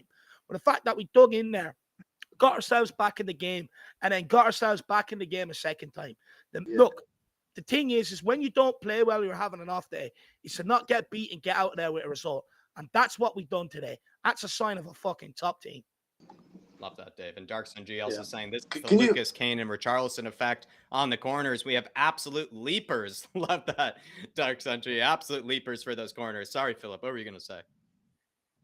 I was going to say, if you reverse the roles here, if that had been at Tottenham Hotspur Stadium and Chelsea had got the equaliser in the last minute like we did, we'd be absolutely sick as a parrot. And I love it that this happened to them now. It just makes my day. As much as getting the point off Chelsea, to sicken that lot the way it's sickening them is even just as good as getting the point. But I thought that game today probably came too early in the season for us. You don't want to play a top 6 team in your second match. Now that's out of the way, look at the boost that is given for Wolves next week. Yeah. The boys will be absolutely chomping at the bit to get at Wolves. Whereas if we'd lost today, not so much. So I think it's one of the most significant results we'll have all season, if not the most significant. This result sets us up right here. This result today. Played badly, got out of there with a point. Look, at the end of the day, too many times before we would have folded. And that was the difference between catching Man City and Liverpool this season and or last season and not catching them. Because too many games where you look at Brighton, Jack, we folded right at the end when I lost that 1-0 last season. Yeah. This time we hang in there. We went and got the equalizer. What this will do for the squad is brings unity, togetherness, excitement, fight, passion, belief, hunger. That's what this result is going to bring to that squad. Everybody strap in. I'm not going to charge you to get on the roller coaster, but this season is going to be bloody exciting. Love that. And honestly, this should have brought, a ton of belief into the squad. At one point, they were bickering at each other, being, a bit kind of toxic with one another. Now that they've grabbed, this equalizer and got a point, pretty sure, it's going to be exactly the squad unity they were looking for. And they probably might even be even closer, even stronger, after that. Big up, Dave. Really agree. Al Ben saying, yeah. Sorry, I was just going to say quickly, I don't want to hear any of this. Oh, we got lucky, this, that, and the other. Sometimes you earn your luck and sometimes you need a bit of luck. At the end of the day, just enjoy it. We don't get anything at Stamford Bridge. One win since 1990 should tell you everything. So fuck the performance today and whatever else. Enjoy that we done them over at their home ground. And that we have never played well at Chelsea or even played well against Chelsea ever in the most recent period. And on top of that, Dave, it's like people think that, title winning teams like Man City play perfectly in every single game. I mean, that's never been the case. In fact, they get smacked by us, still, every season, Man City. So it just shows even title winning teams, will probably be, the worst team on the pitch. Al Ben referring to his halftime super chat, he said, I said Tuchel prepared to nullify everything we do in the 3-4-3 closing came from deep. We had to give him something different. Philip, what were your thoughts on that 4-4-2, that switch to the 4 in the back? Were you kind of a fan of that? Oh, Philip, maybe log back in and log back out. All right, I'm gonna hang out. Philip, I'm gonna log back in. No, it left us weird. It left us far too open, I think, really. But we had to go for it. We had to go for it. It's just a bit of a delay, Philip. So maybe log back in, log back out. Philip, do you want to? Yeah, Philip. Okay. Yeah. Lost it again. Look, we'll let Philip answer this when he gets back on. But look, for me, I agree. We had to try something different, Jack. Like I said, bringing on Richarlison, what it's done, it stopped them building up from the back. Just passing it between Thiago Silva and Koulibaly. It stopped that, And what we were able to do is apply pressure, get pressure on higher up the pitch, and force them long, which is not what they wanted to do. They were passing around us for 70 minutes straight, just popping the ball around the corners, down the lines, into the middle, getting control of it. But bringing on Richarlison, getting us higher up the pitch, forced them to adapt their game. And Tuchel could not adapt once we done that. Absolutely. And, Al, what I would say is that when it came to maybe that change to the 4 in the back, it's at least what, Spurs fans have been asking for, because under the days of Nuno, we never saw anything change. It just felt like, when Spurs fans, they ran into that kind of roadblock, felt like we had no solution to how to get out of it. And I think Conte went for a ton of different changes. Whether you say, any of them worked is, maybe up for debate, but I think they still, went for a ton of different, kind of styles, a ton of different changes. We went long ball at one stage, by the looks of things, just kind of knocking it into the channels. So really, at least to me, at least to my knowledge, it looked, a bit different. But I think we have Philip back in here by the looks of things. Philip, can you hear us?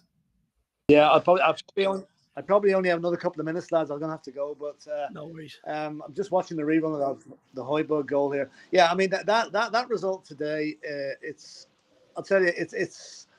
Well, I don't know what to say. I'm just so gobsmacked that we had the gumption, we had the guts to come back. Last season, this time we lose, no doubt about it.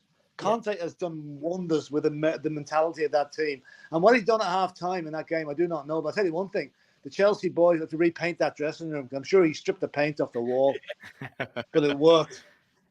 It absolutely worked. Yeah. And I mean, it's gonna be a party at the Lane next Saturday, whatever you want to call it, when Wolves come to town, because we are on the roll. And just to making a comparison, first game of the season last week, Fulham and Liverpool. Fulham played Liverpool off the pitch and got a 2-2 draw out of it. Yeah. So you're quite right in what you say. Liverpool and Man City do not play brilliant football all the time. Neither will we. But if we play with a heart and a spirit like that, we're not going to lose too many matches.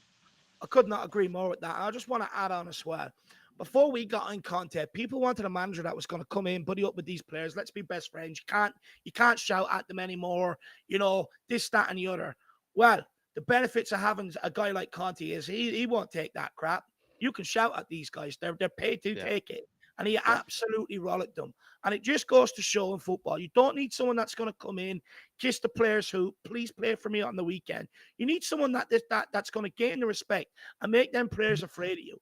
And that's what Conte does. He ripped into them at halftime, and they came out here and they actually ran about. Imagine that. First half, they refused to run. Second half, they ran about. And that's because, like Philip said, Conte absolutely stripped them. So let's get rid of this notion you need managers in here that are going to kiss hoops and fucking be friends with the players. They need someone that respect. And that's it at the end of the day. And fear. Totally right. Big up, Al Ben. Really loved that super chat, my man. And I love how he referred to his original, halftime. I'm being called for my dinner, so I have to go. No worries, Philip. No worries, my man. Thank you so much, Godfather. And keep smiling. Keep smiling. Oh, we will. We will. We fucking hate Chelsea. We fucking hate Chelsea. See you, lads. Gotcha, Philip. We fucking hate Chelsea. We fucking hate Chelsea. Come on. Faz Rapbar saying Conte was switching back to the 3-4-3 when Chelsea scored. That's actually interesting, Faz. And maybe that sort of explained why the team just seems so lopsided, in that goal was, Conte might have, just told them, to kind of switch things up, to switch the shape. And they had, maybe gotten a bit confused. Maybe it wasn't the right time to really be switching the shape, that intensely. Not like it was Conte's fault, just maybe the players just chose the wrong time, to really enact it. And maybe it's a good point, and we probably weren't able to catch that Faz. Good point there, my man. Never thought about that. Yeah, look, we definitely done something switching back when they scored, and it just didn't help us, to be honest. Something looked wrong, something like really lopsided, and maybe there was, I think that's a good theory for it, Faz. Oh, sorry. No. I was going to say, let's talk about that goal for a minute, Jack. Now, look, I'm not going to get too angry today. I mean, we've snatched a point from the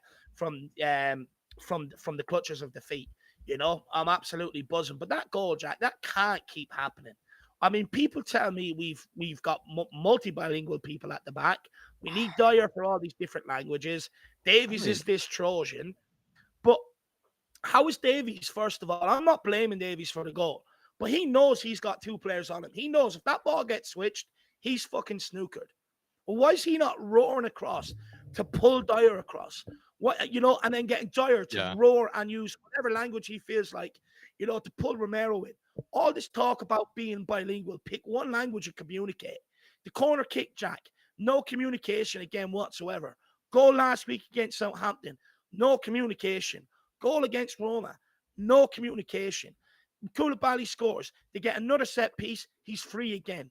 Someone across that back line needs to either the balls need to drop or they need to find them and say, I'm going to be the one that's going to be the leader. I'm the one that's going to talk. I'm the one that's going to scream and shout. Not one player in the first half were screaming or shouting at each other, not even out of frustration. That can't keep continuing. That's just maybe something we need to look It's at. more the set piece goals, Dave. Like I know what I know what you're saying there. Like I think you're making a good point, but that sort of goal was very odd, and it did seem, quite.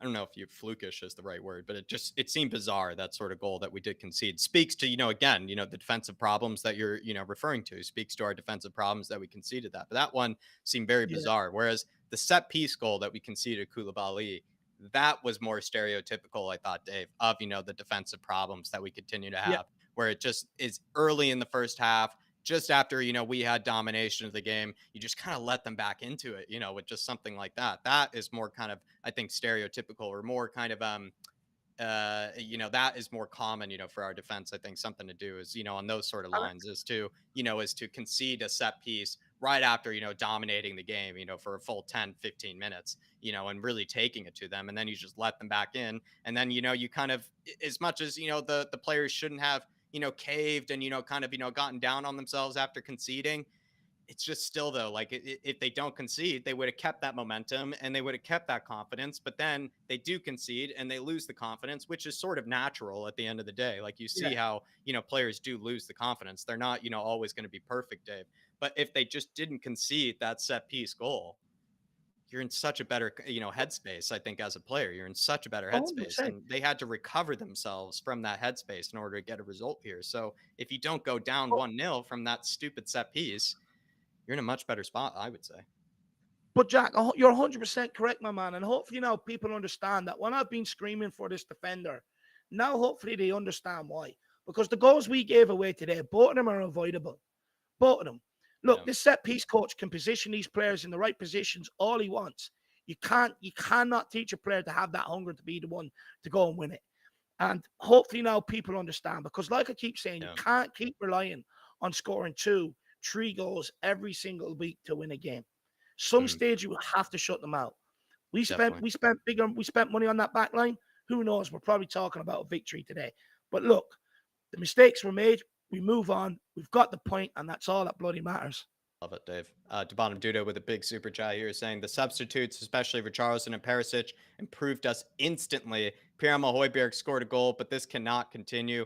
Players cannot go missing for a major part of the game. Love the Yeah. 4-4-2. Come on, you Spurs to bottom Dudo. I mean, you and I completely agree on this one. I think Højbjerg's, goal really covered up for an absolute just passenger, if not just, yeah, dead performance, from him. In fact, I thought Bentancur, I kind of agreed with Philip, was slightly better than Højbjerg in the first half, maybe made a few more challenges, pressed maybe a bit more than Højbjerg did, but they were both pretty shocking, in possession, if you ask me. They just weren't really creating anything. Then in the second half, to bottom Duda, he actually, I thought, played a few nice passes, Højbjerg. He was pinging balls left and right. He was playing balls between the lines, threading players through. He actually, Yeah, probably good should have had second an half. assist, for Harry Kane's goal, or Harry Kane's, one-on-one chance. He maybe should have had a goal there or an assist. One of them was to Richarlison. Richarlison was offsides, shouldn't have been. I think he played, a nice ping pass to Sonny at some stage, that could have led to a better chance. So it felt like Højbjerg stepped it up in the second half. But where I agree with you is that Højbjerg was anonymous as well as just useless, sort of, in the first half, and not really just showing any sort of, intent to, get a foothold of the game. And we can't rely on Højbjerg in the second half. We need Højbjerg for the whole 90 minutes to do what he does. And if he's not doing Højbjerg like things for 90 minutes straight, that's not, he shouldn't be on the pitch. I agree with you. If he's missing, you would rather have someone like a Basuma on if Højbjerg starts going missing, and he shouldn't go missing. I agree with you, What I Bottom Dude. will And I say thought he though is, was. That goal sort of covered up for a really bad first half performance from him. no, it really did. Look, I believe he finished the game with something like an 8 rating or something like that. But Jack, second half, he was brilliant. Yeah. Look, if you're willing to pull him down and rag him all over the place at halftime, which I did, you've got to give him praise by the end of the game. He stood up, he got us back into the game. He played some lovely Yeah. passes in behind, and he had a good second half. And that brings me to Jack, who our man of the match options are. You've got to put Kane in there. You've got to put Dyer in there. You've probably got to put Højbjerg in there. But Jack, look, have you got another name for me? I've seen King Hoddle put up Emerson. I feel like Emerson was good defensively, Dave, but Rushed on the ball. I'm not he putting him in had there. moments. Dave, it's just so inconsistent from Emerson because it felt like, one moment, Dave, we were, criticizing him for not being able to keep possession in the simplest of moments. And then the next play, we're like, great pass, Emerson, Mhm. and it's, I you know think what we'll I leave mean it by at that? 3.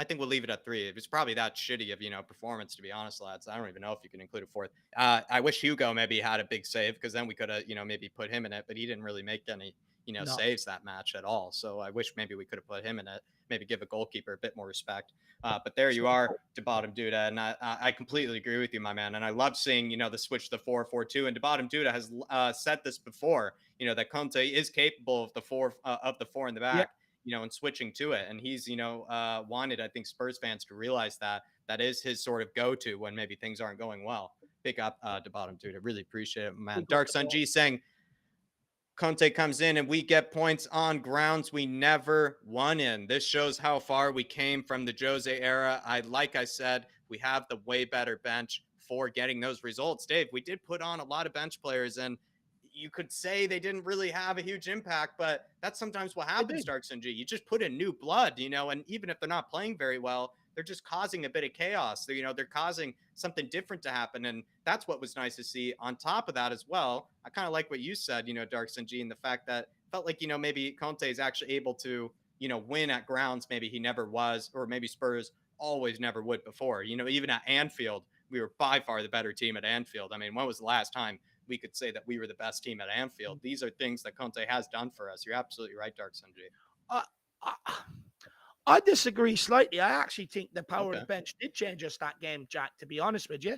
I think Perisic produced more quality than what Sessegnon did for the time he was on the pitch, down that left-hand side, throw-ins, winning the free kicks, taking the corners.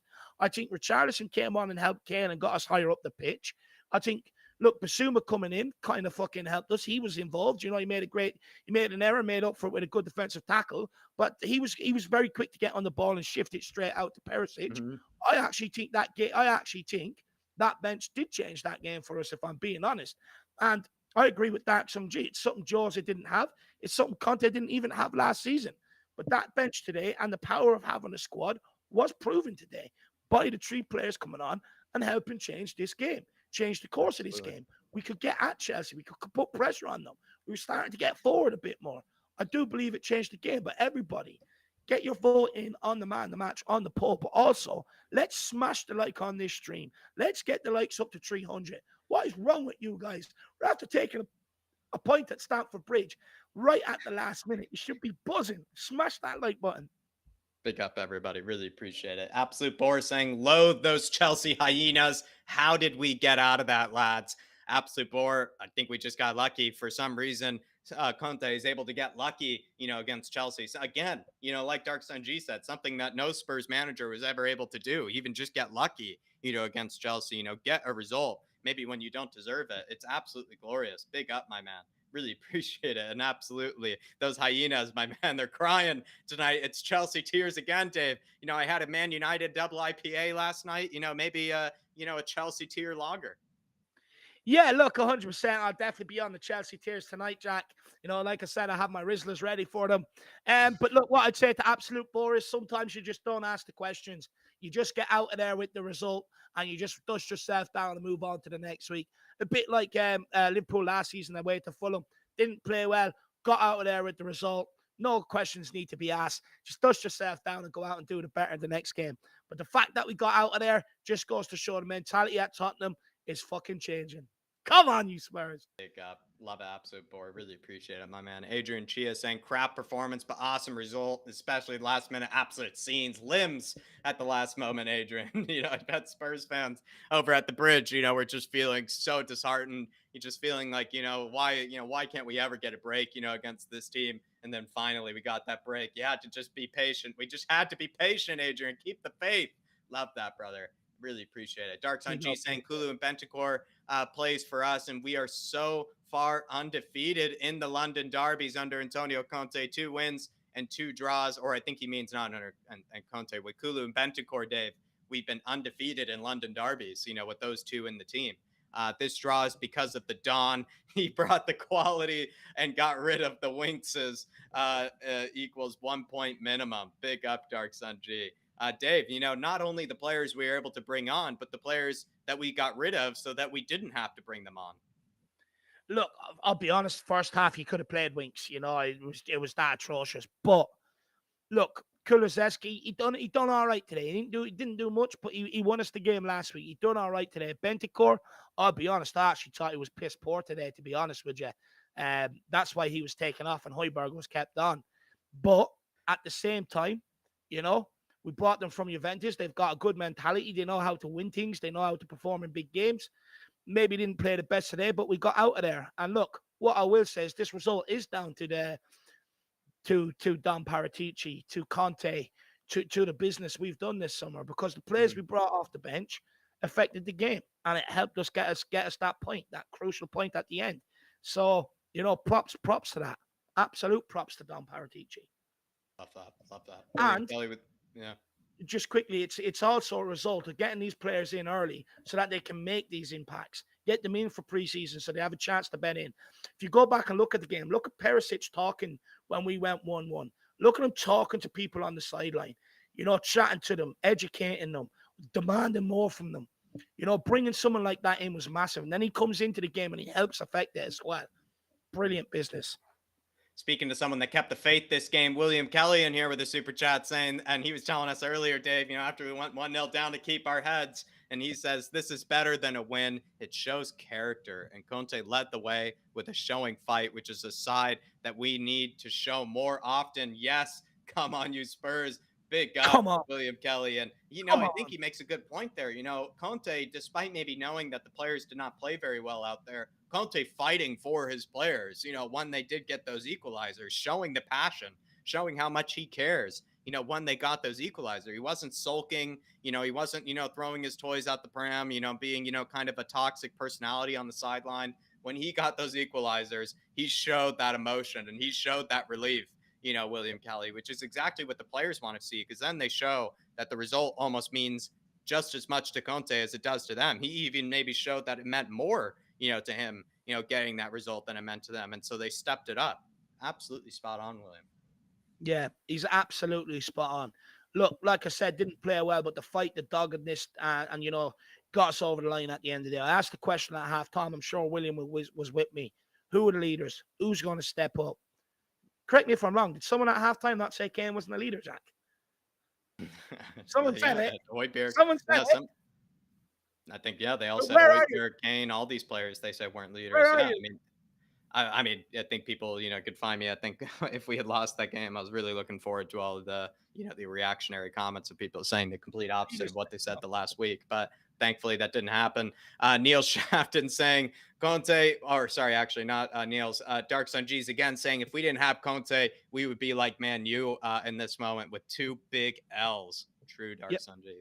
Very true. This actually, Ten Hag is getting me Nuno vibes right now, Dark Sun G. He really is. He's getting me Nuno vibes over there. Neil Shafton saying Conte went inglorious bastards to Romero and told them he wants his scalps. That was his true Italian job. Dave, he pulled the scalp right off Cucurella. Almost pulled, all the hair follicles off of him. I absolutely love to see it, Jack. Like I said, it took them off their game. They were in the zone waiting for another ball to come in the box. Let's clear it. Let's get out of here. Romero has other ideas. How can I put them off the game? Well, this little annoying cucumber beside me is pissing me off. So what I'll do is I'll just yank him down by his hair, which should be cut anyway. It's absolutely ridiculous. The guy thinks he's Tarzan running around the football pitch, pulls them down, puts them off their game. He's jumping around, crying, moaning at the referee, giving out he didn't get the decision. The ball comes in. Harry Kane puts it in the back of the net. That would not have happened unless Romero pulled down Cucurella that time. Look, risky thing to do. Could have easily got a red card on another day, but VAR seen it. He was given it, so why can't he take it? Look, 65 million and Romero just makes him look like a bitch like that. I love it. I absolutely love it. Oh, you gotta love it, Dave. Yeah, absolutely. Big up. And then William Kelly saying Dyer is poor. We needed a center back before the transfer window closes. William Kelly, we still need a center back. I completely agree with you. But I gotta, give credit where credit is due. Something that we often say on this channel, even if we might have, an agenda against a player, even if we, might think that player might be, improved on. Not agenda. It's the truth. Not an agenda. I don't know. I'm just trying to, but you know what I mean, Dave, is that even if, maybe we don't have as much confidence in that player as others, I thought Dyer was exceptional today, William Kelly. I really did. I looked at the whole 90 minutes. I thought he won the most tackles by the looks of things. He won crucial tackles as well. He actually made it really difficult, it looks like, for anybody in the middle to hold up the ball, where it felt like it was really easy on the flanks, for, the wingers for Chelsea to do anything. But I don't know, Dave. I thought Dyer was exceptional today. I'm almost not having it from William Kelly because I feel like in another week I'd be willing to jump on this train with William Kelly. But this game, I thought he was actually exceptional. I thought he was the Look, best defender of the three. I thought he was better than Romero as well. I agree, right? Look, sorry, I just need that sugar rush. I'm about to pass out because I'm so happy. But look, right? I said at halftime, Dyer wasn't even great. We were Yeah, praising him maybe because exceptional. A stretch. Yeah. Now, second half, look, I don't think his passing was great. And again, I mean, he's supposed to be the leader back there, right? True. And then why are we still conceding goals from set pieces? Why is he so far over on the right-hand side and not keeping an eye on what's going on back there, realizing Davies has to? Now, Davies has to shout at him and pull him over regardless. But Dyer is also so far out of position as well. Look, I still maintain what I say about getting in a centre-back at this football club. You're getting an animal, we go on and we win this league. It's that simple. Someone that wants to win the ball, someone that wants to communicate, someone that wants to bollock people for not doing the right thing. Even in the first half, that ball coming out, shit, slow, 4 or 5 touches, sometimes bouncing off them, can't pass a football. But Dyer needs to grab his cojones and start fucking bollocking people back there. Lloris isn't going to do it. He's 50 miles away in goals. So he has to do it. My problem is people keep telling me this guy is a leader. He's not the leader that people think he is. But am I going to ridicule him? No, I don't think he done too much wrong today. But don't tell me the guy's bilingual and he can't pick one language to communicate with the whole backline. Then goals were conceded because no one communicated. It's not down to one individual. Davies has a voice box. Romero has a voice box. Them goals were soft as shit. I'm definitely using too complimentary of words for, Eric Dyer maybe for this game. I just still think he was the best of the three. I'm going to stand on that hill. I think if you actually do watch back the game, you see how many tackles he did win in crucial areas. Yeah, I think it was actually. And blocks as well. So I know people are saying, Jack, what game did you watch? I had the game right in front of my eyes. I saw how many tackles he won. You even heard me commentating it as well. I did the commentary. So welcome to go back. Dark Sun G saying, to pick up William Kelly though. And I also am confused though, because I'm usually also I'm very willing to criticize Dyer. I think Dave and I know plenty. I don't usually have confidence in Eric Dyer in that middle, but I'm going to give him credit when it is due. And it's not even giving him that much credit. Maybe I was being too complimentary, but I've taken it back. I still think he was the best of the three. I'm standing on that hill. Dark Sun G says great teams escape with draws, or great teams scrape with the draw and get a win from behind. Absolutely, Dark Sun G. And like I said, we've seen this before from the likes of Liverpool and Man City. They can play absolute trash and they'll find a way to either get all 3 points or a point. And it's just maybe what the top teams do, is that even when they aren't playing at their best, even if the other manager, maybe had a good, sort of tactical system set up against them, they still find a way. But that starts up here though, Jack. It's the same with anybody across any sort of life. You want to be successful and everything else. It starts up here by having a rock solid mentality.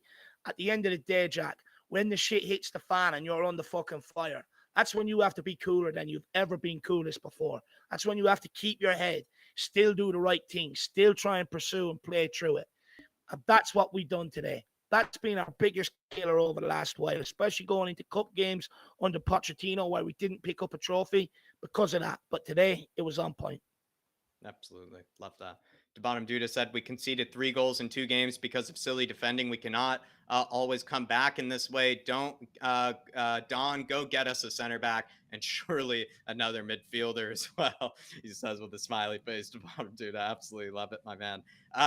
Seriously, I mean, yeah, he's right, Dave. We continue to go down first, 2 games in a row that we concede first in the game. Another game as well where it feels like, we have to wake up, and almost be punched in the mouth first in order to kind of get into this game. And we did say in the commentary, again, another thing you can go back and clip myself from is that when we did go down 1-0, Dave, I said the problem is with going down 1-0 to Chelsea, it's not like Southampton where you can kind of easily bounce back and, maybe get ahead. Chelsea is a team that's an expert sort of team at, closing out these 1-0 sort of games. They are very good at seeing out, a clean sheet or even just, all 3 points. And they sort of did. We were able to, kind of shithouse 2 goals in, but they did do a pretty good job at, seeing the game out, in certain stages, I thought Chelsea. So the bottom dude makes a really good point here that we continue to concede first, and then we can't continue to rely on, our forwards to get us out of the game. But this is what I've been saying to people. It's harder to win a game 1-0 down than it is from 0-0. Look, our attack line was woeful today. It was shit. We still scored 2 goals. And I maintain what I say. Scoring goals at Tottenham has never been a problem, ever. Ever. Actually, bar maybe under Nuno, but that's because he was just a shit fucker, right? But scoring goals at Tottenham is not the problem. We've got the last 2 Golden Boot winners in our team up front. Got one of the best youngsters across world football in our team up front. Scoring goals was never a problem. Keeping them out is. Now, our backline was shit today, but the difference is when our backline is shit, we still concede goals. Even when they're good, we still concede goals. But when our front line is shit, we can still score goals. And that's the difference. And that's why I keep maintaining it. Look, attacks win your games, defense wins your leagues. So go and get me that centre back. And I'm not going to keep saying it. Big up to bottom, dude. Absolutely spot on, my man. And yeah, probably another midfielder as well. I agree with you. Højbjerg absolutely missing, this game. As much as I wanted to defend Højbjerg, I just thought he really went missing in that first half. I really agree with you. I thought he was a whole lot better in that second half, though. And probably, I agree with Dave, maybe deserved to stay on in comparison to Bentancur, just based on their performances. But he went absolutely missing the first half, which he can't do again. He can't do it again. I do want to add. I do want to add.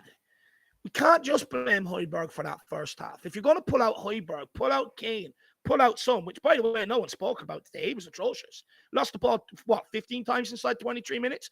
Talk about Kulu. He was crap today. Talk about Bentancur. He was useless today. He was worse than Højbjerg. He got took off.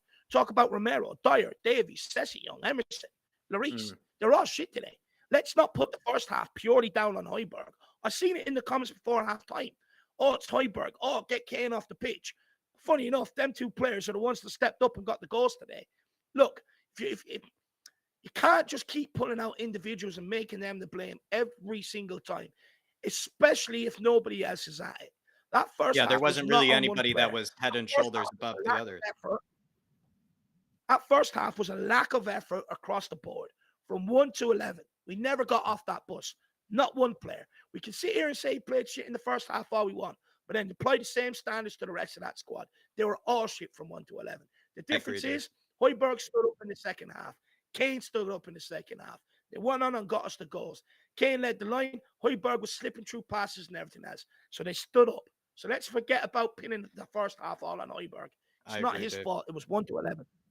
But it's not even just Højbjerg that I think everybody's been pinning it on. There's just all these different names have been just tossed and about and about and about. Like, oh, this person was shit. This person was shit. I think we got to all realize everybody did not play well. Like, no one really played that exceptional out there. And when you look at it that sort of way, that means then, whichever players were able to get us through the match and get us those equalizers, got to kind of, maybe give them, a bit of a respect for it. They didn't have a good game, but they at least, held themselves accountable and, clutched up when we needed them to. I mean, Kane, on the whole, really missing performance, still clutched up in the final minutes, still clutched up when we needed him most, when we're just looking for somebody just to turn around their whole performance and then do that. Højbjerg did the same thing, Dave, where he just basically wiped away every, horrible moment that he had before and then just clutched up when he needed to. And I think Kane did the exact same thing, kind of wiped his head clear of all the moments from before and then just clutched up when it was needed. And it's exactly what we were asking for. And I also want to add one thing. Sorry, I know we're so far behind, but I also want to add one thing, my man. Is last season everyone asked the question, why is it always that Kane never comes off? Why is it always Son? Why is it always this player? Why don't we ever take Kane off? Well, today's your answer. That's why you don't take Kane off, because if anyone's going to get you the goal, especially last minute, it's going to be him. So I don't want to hear any more of this because people love Sonny. And I get it. I love Sonny too. But there's a reason why Kane has never took off. And today, that's your reason. There's your answer. So I don't want to hear any more of them questions anymore. Oh, we just play Kane because it's Kane. No, we keep Kane on the pitch because he scores important goals like he did today. He stands up when it matters most, like he did today. Rob Domino saying, need to learn from this game. We couldn't handle a press. Conte's sub saved us. The defense wasn't our problem. It was our midfield. Bagel FC, good point, keeps the momentum. Rob, I kind of see what you're saying, and I did kind of bring this up, though, to be fair. And I see, some people even bringing this up in the chat as well. A big major talking point in the stats with Jack and with those tactical animations, I spoke about it even during the watch along, is how quickly Chelsea moved the ball. Pretty much most of their players, it's one touch, two touches, they get rid. One touches, two Yeah. touches, they get rid. And you could see that it makes it really hard to get close to the ball when a team plays that sort of way. We all know Pep Guardiola's teams, play very, similar to that. It's actually kind of makes sense considering Thomas Tuchel, I think, has a huge, fondness of Pep Guardiola and how his teams keep possession. You see a similar thing there where they have, like David even said during the watch long, it seems like they always have, a pass available to them when need be or when they're in trouble. And Spurs can't really say the same. We don't really play that sort of type of style or that sort of possession. And that's actually what made it so hard for us to even get close to them last season. It's because we didn't really have good enough players on the pitch, but they also, Chelsea, were playing that same style of one touch, two touch, get rid, cycling the ball from left to right, making the whole defensive shape, move a ton, move really quickly. And then they would just pounce on us in the right moments. And it sort of kind of speaks to how, Tuchel's system is. I spoke about it a lot on Stats with Jack, but also maybe does talk about how the midfield was really lacking because the midfield needs to maybe step out every once in a while and not, allow the likes of Jorginho and Conte just to continue to just lead that sort of tempo. Because Dave, I think you can see with my hands here, it was just kind of like, they were just swaying it from left to right with a ton of efficiency. Like they Yeah. weren't moving it slowly. They were moving it But quickly. And I even said it's tough because Højbjerg struggled with that last season to get even close to the midfielders, when they're all the moving players it like struggle that. with it. He struggled with it today. And I thought he would be able to do it today. I mentioned the pre-match pump up that I thought he'd be able to do it today, but he struggled with it last season. And I mentioned it before the game, and he struggled with it today, getting close to the midfielders when it comes to that sort of possession. But everybody struggled with it today, even when we were on the Yeah. ball, which I think Rob was True. getting at, saying we couldn't handle their press. I mean, like you look at it, the reason why when we went to Chelsea, and you're right, Jack, the reason why they're able to get out of every time is they have players constantly moving towards them to receive the ball. No one's shying away, but it's one touch and it's gone. Go back and watch the game. How many touches does Session? How many touches does Emerson need? How many touches does Davies need? How many touches does Romero need trying to make players in his own box? For once, Dyer was actually probably the most quickest on the football. But how many more touches do these players need? That's why Chelsea pressed us, because they knew we need 2-3 touches to get it under control.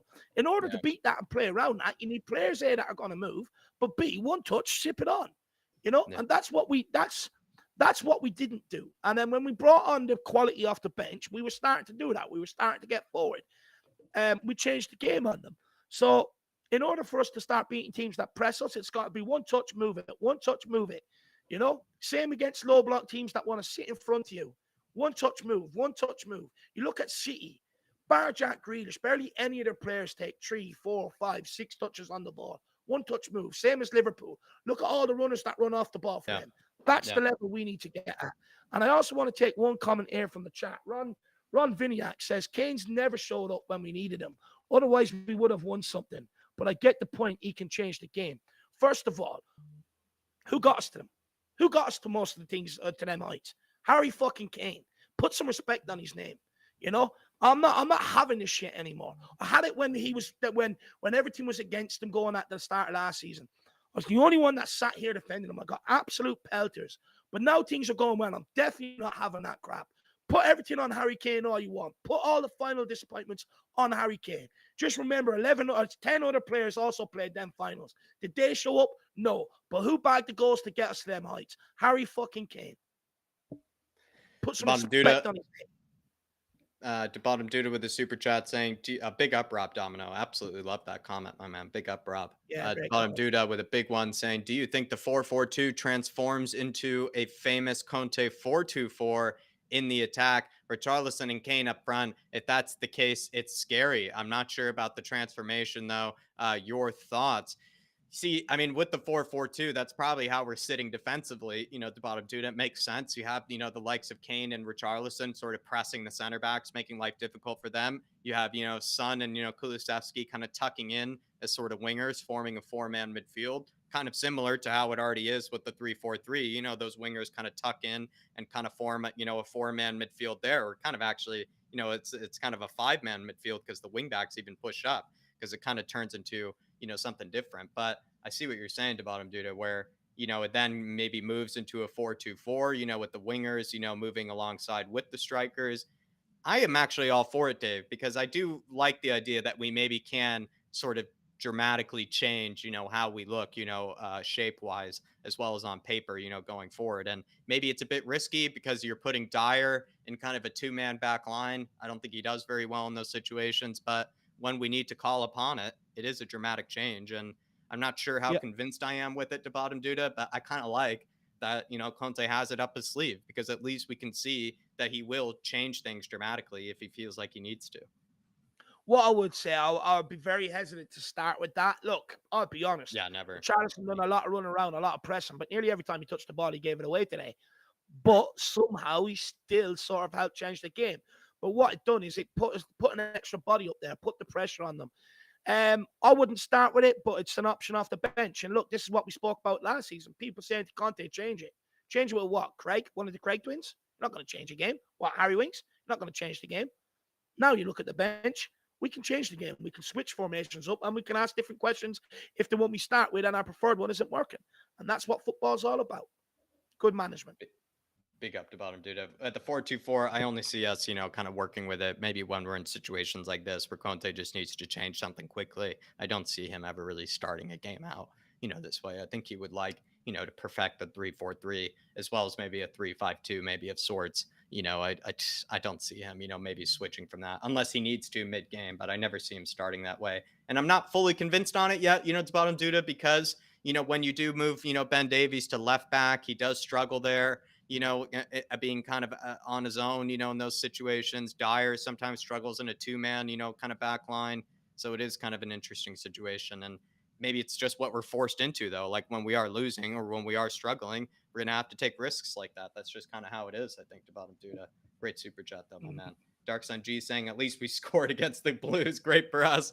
Laughed my ass off. I mean, Dave, you saw how many, donuts we had, against, Chelsea in the past. Finally, we were able to actually get 2 goals, let alone at Stamford Bridge.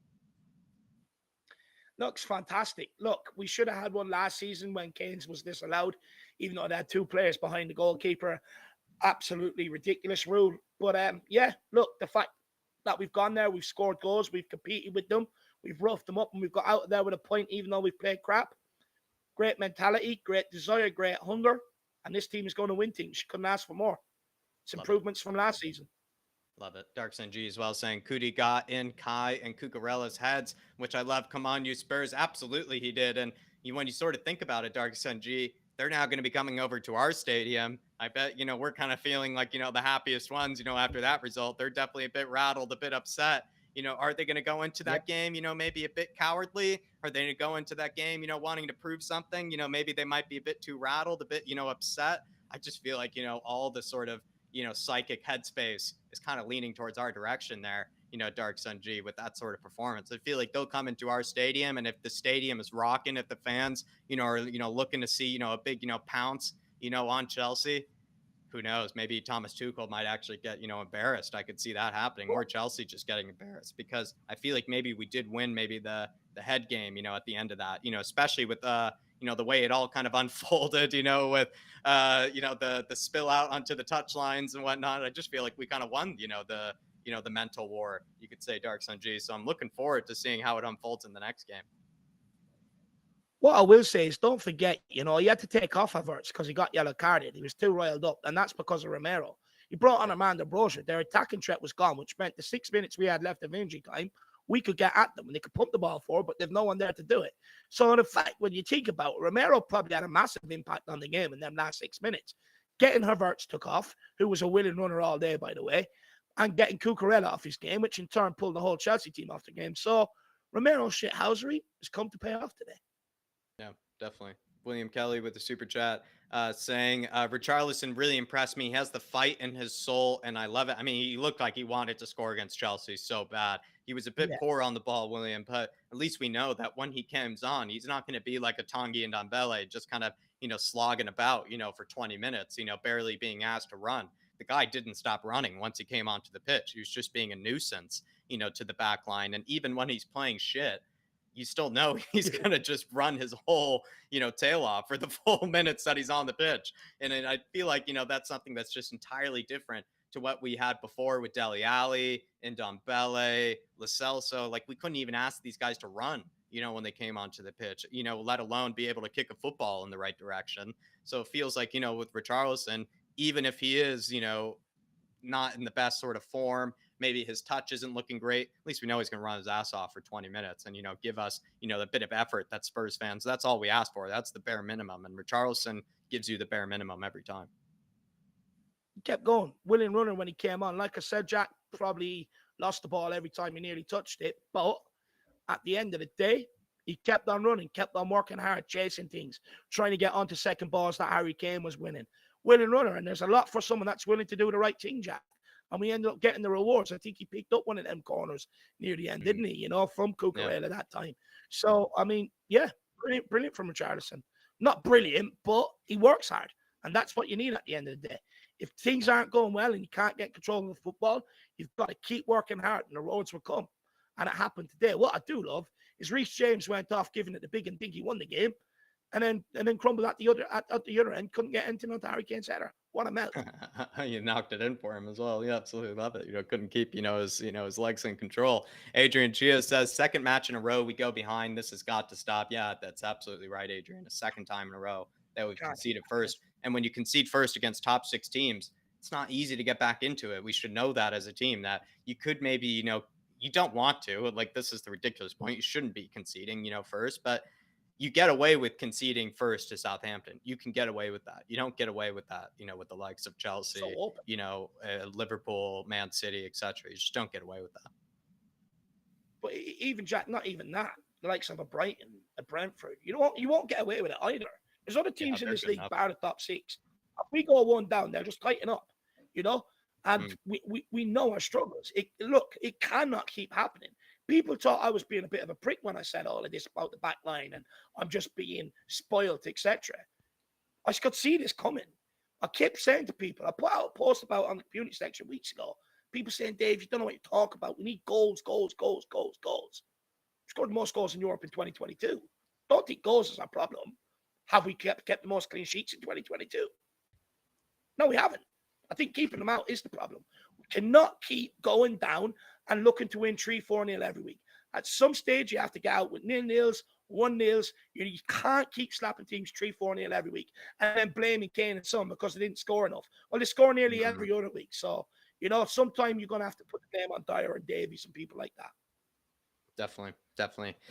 Dark Sun G saying, I find it amusing how we can score versus Mendy, but not Kepa. We keep the Blues in penalties in the Carabao against Mendy after 1-1 and scored today.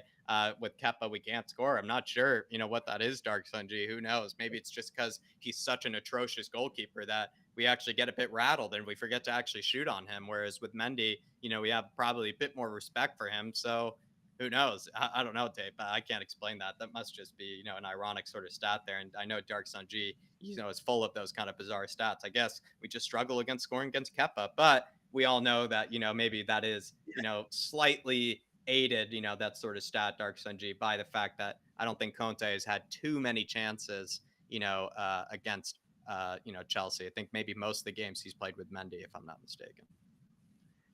Look, there's no excuse for us not rattling on Kepa's door when he was in goals for them. Out of confidence, you've got to shoot the ball from distance. We didn't test him. But that's partly because we couldn't get up the pitch. We could not get a grip of the football. We could not turn it over. Today we got up the pitch. We tested Mendy. Is he as good as people say on today's evidence? I don't think so. God, that ball was in his 6-yard box, that corner kick. He should be claiming that. It actually, I think I correct myself. Actually, I think we played Kepa both times in the Carabao, and then we couldn't score against him And then actually Mendy, we somehow were found a way to score. So yeah, I see what you mean there, Dark Sanjay. Don't have an explanation for you, but really do appreciate it, my man. Mr. Simon saying, should Son be dropped for the next game? Richarlison potentially, you know, I don't think Sonny gets dropped for the next game Like, just because he has a full week. It's not like he's playing in 3 days time, or something like that. I think if that were the case, you could consider rotating a few players, rotate Højbjerg out, if they were playing in 3 days time. But a whole week from now, Wolves, I feel like you play Sonny, but if Sonny doesn't really have a good display again, you play Richarlison. You put Richarlison in right away, just like you did this time around. That would be my kind of answer there. It's a good question though, and it's a controversial question, but I feel like Sonny, you got to give him the benefit of the doubt that he would turn it around, against Wolves, or at least you give him 50 minutes. Like today, I think he waited 10 minutes, like you said, Dave. Conte had his first substitution ready at 55 minutes. Yeah, look, it was great to see, Jack. I mean, it was great to see that he followed up his words at halftime by having Perisic, Richarlison, Bissouma, Sanchez all out running intently up and down that sideline, ready to come on, because he wasn't going to sit there and put up with that shit. And why should he?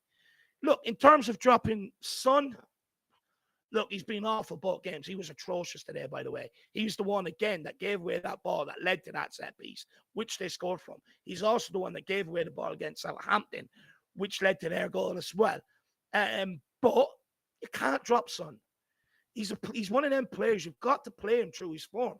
You've just got to. It's going to click. And on another day where Kane doesn't score, someone will be the one to step up and score. Yeah, you don't drop him. What you do is you persist with him, you play him. If he's not playing well, 60 minutes, take him off. But to drop him, I don't think so. Without him, we wouldn't be in Champions League football this season. I think it's harsh. I agree. And, like him and Kane are just both world class. And I agree with Dave there. If they're both playing shocking, for 60 minutes, you just consider which one you take off, for Richarlison, which one might be the better one to leave off, and which one might be the better one to leave on. Because I think, what Dave said too, you got to leave one of them on. I don't think you take both of them off either. Yeah. You have to leave one of them on. You got to keep one of your world-class forwards, on the pitch, at least. Completely agree there. Light work. Saying CDM is the problem. We need to be playing an attacking system, not defensive holding system. Our midfielders are not creative enough. Wingbacks also in the 3-4-3. It is maybe a problem, Lightwork, that, Conte's system does rely more on those wingbacks as being the more creative actual players. If you do actually look at maybe some of the tactical breakdowns of, Conte's 3-4-3, though, the two midfielders in the middle are not actually tasked with being the most creative players on the pitch. It's actually supposed to be the wingbacks and the front three are supposed to be the most creative players on the pitch. The two in the middle are actually supposed to just be keeping the tempo, keeping the shape, and then as well as actually being more kind of defensive, kind of options, to be able to, not really get overrun, in there. It's actually more the responsibility of those wingbacks and those wingers who are offered a lot of protection by that back three. They're the ones who actually should be, maybe offering us more creativity. I see what you mean, though. Maybe we would like, to see one of our midfielders like a Højbjerg or a Bentancur maybe play more, kind of breaking the line sort of passes, able to, get into the final thirds a bit easier. They really did struggle to get us into the final third. But just to defend them, just because it feels like they've just been absolutely slated today, I feel like, a lot of the creativity actually falls on the wingbacks, and it actually falls on the wingers in the front three, because they are very heavily defended by a back five system, which means then they should be the ones more responsible for creating. Big up light work, my man. You take out one of them CDMs. Give me an attacking midfielder. You put Madison in there, we are going to be ran out like a can of beans. You put Eriksen in there, you see what happened to Man United yesterday. Yeah. All you have to do is go back to when Winks was in there. Winks isn't a CDM. Look what happened. The reason why you play two CDMs is to have that steel in there, to have that protection in the back line. If you don't have it, we're going to be conceding even more goals, and then you're looking at scoring 5-6 goals every game to be able to go and win a game. You have to protect that back line. Jose done it with that back line because it's not good enough. Nuno done it with that back line because it's not good enough. And now Conte is doing it with that back line because it's not good enough. Look, bringing in a calm and getting more and more goals is not our problem at Tottenham Hotspur.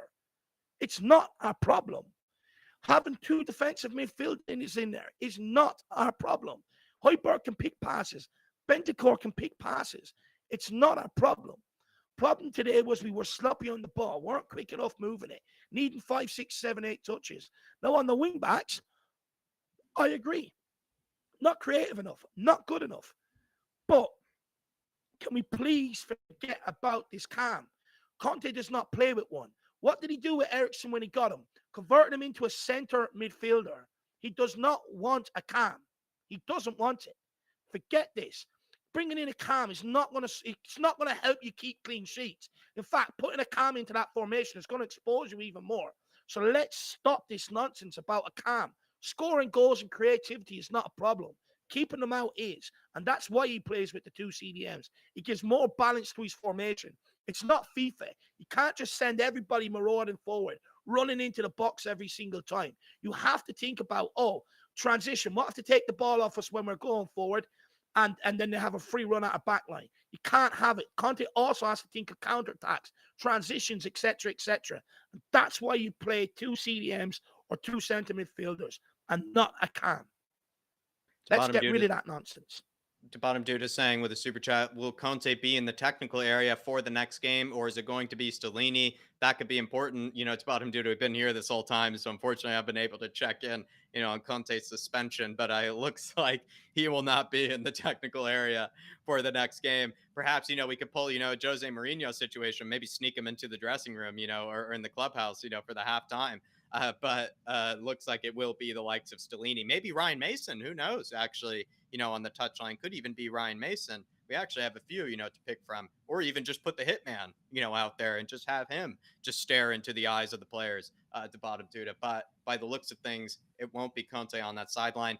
That could be really important. You're absolutely right. Then again, though, with Wolves, that is one of those teams, though, that I'm happy. At least it's happening against Wolves. I'm pretty sure that game's at home. Yeah. If I'm not mistaken, is that game at home against Wolves? I could check up on that, so I'm not totally, making anything up. Yeah, we're home.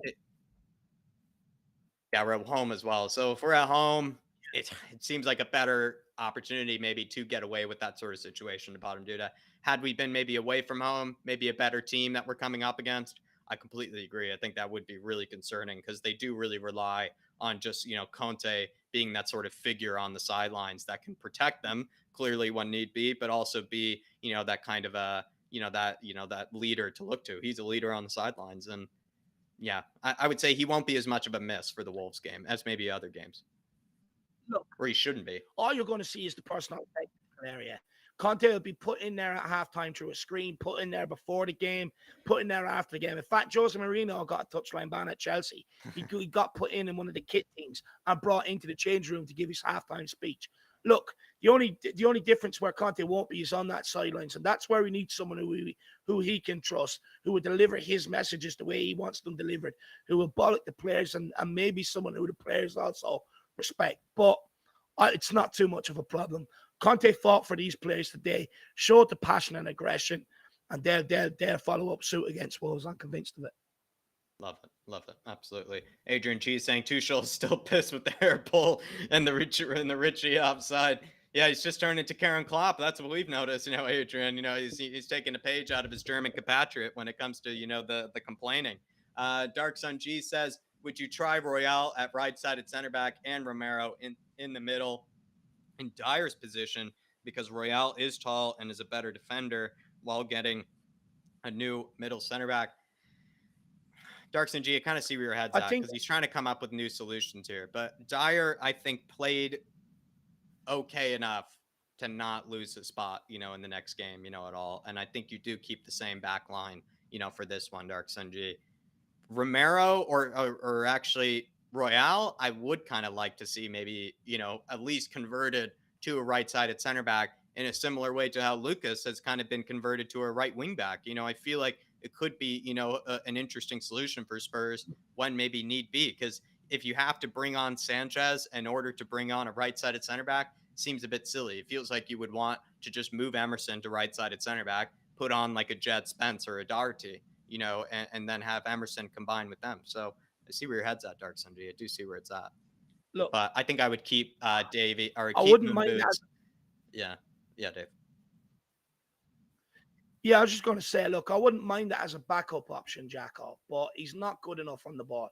If you're playing right True. side of centre back, you have to be technically good on the ball. True. You're going to see an awful lot of it.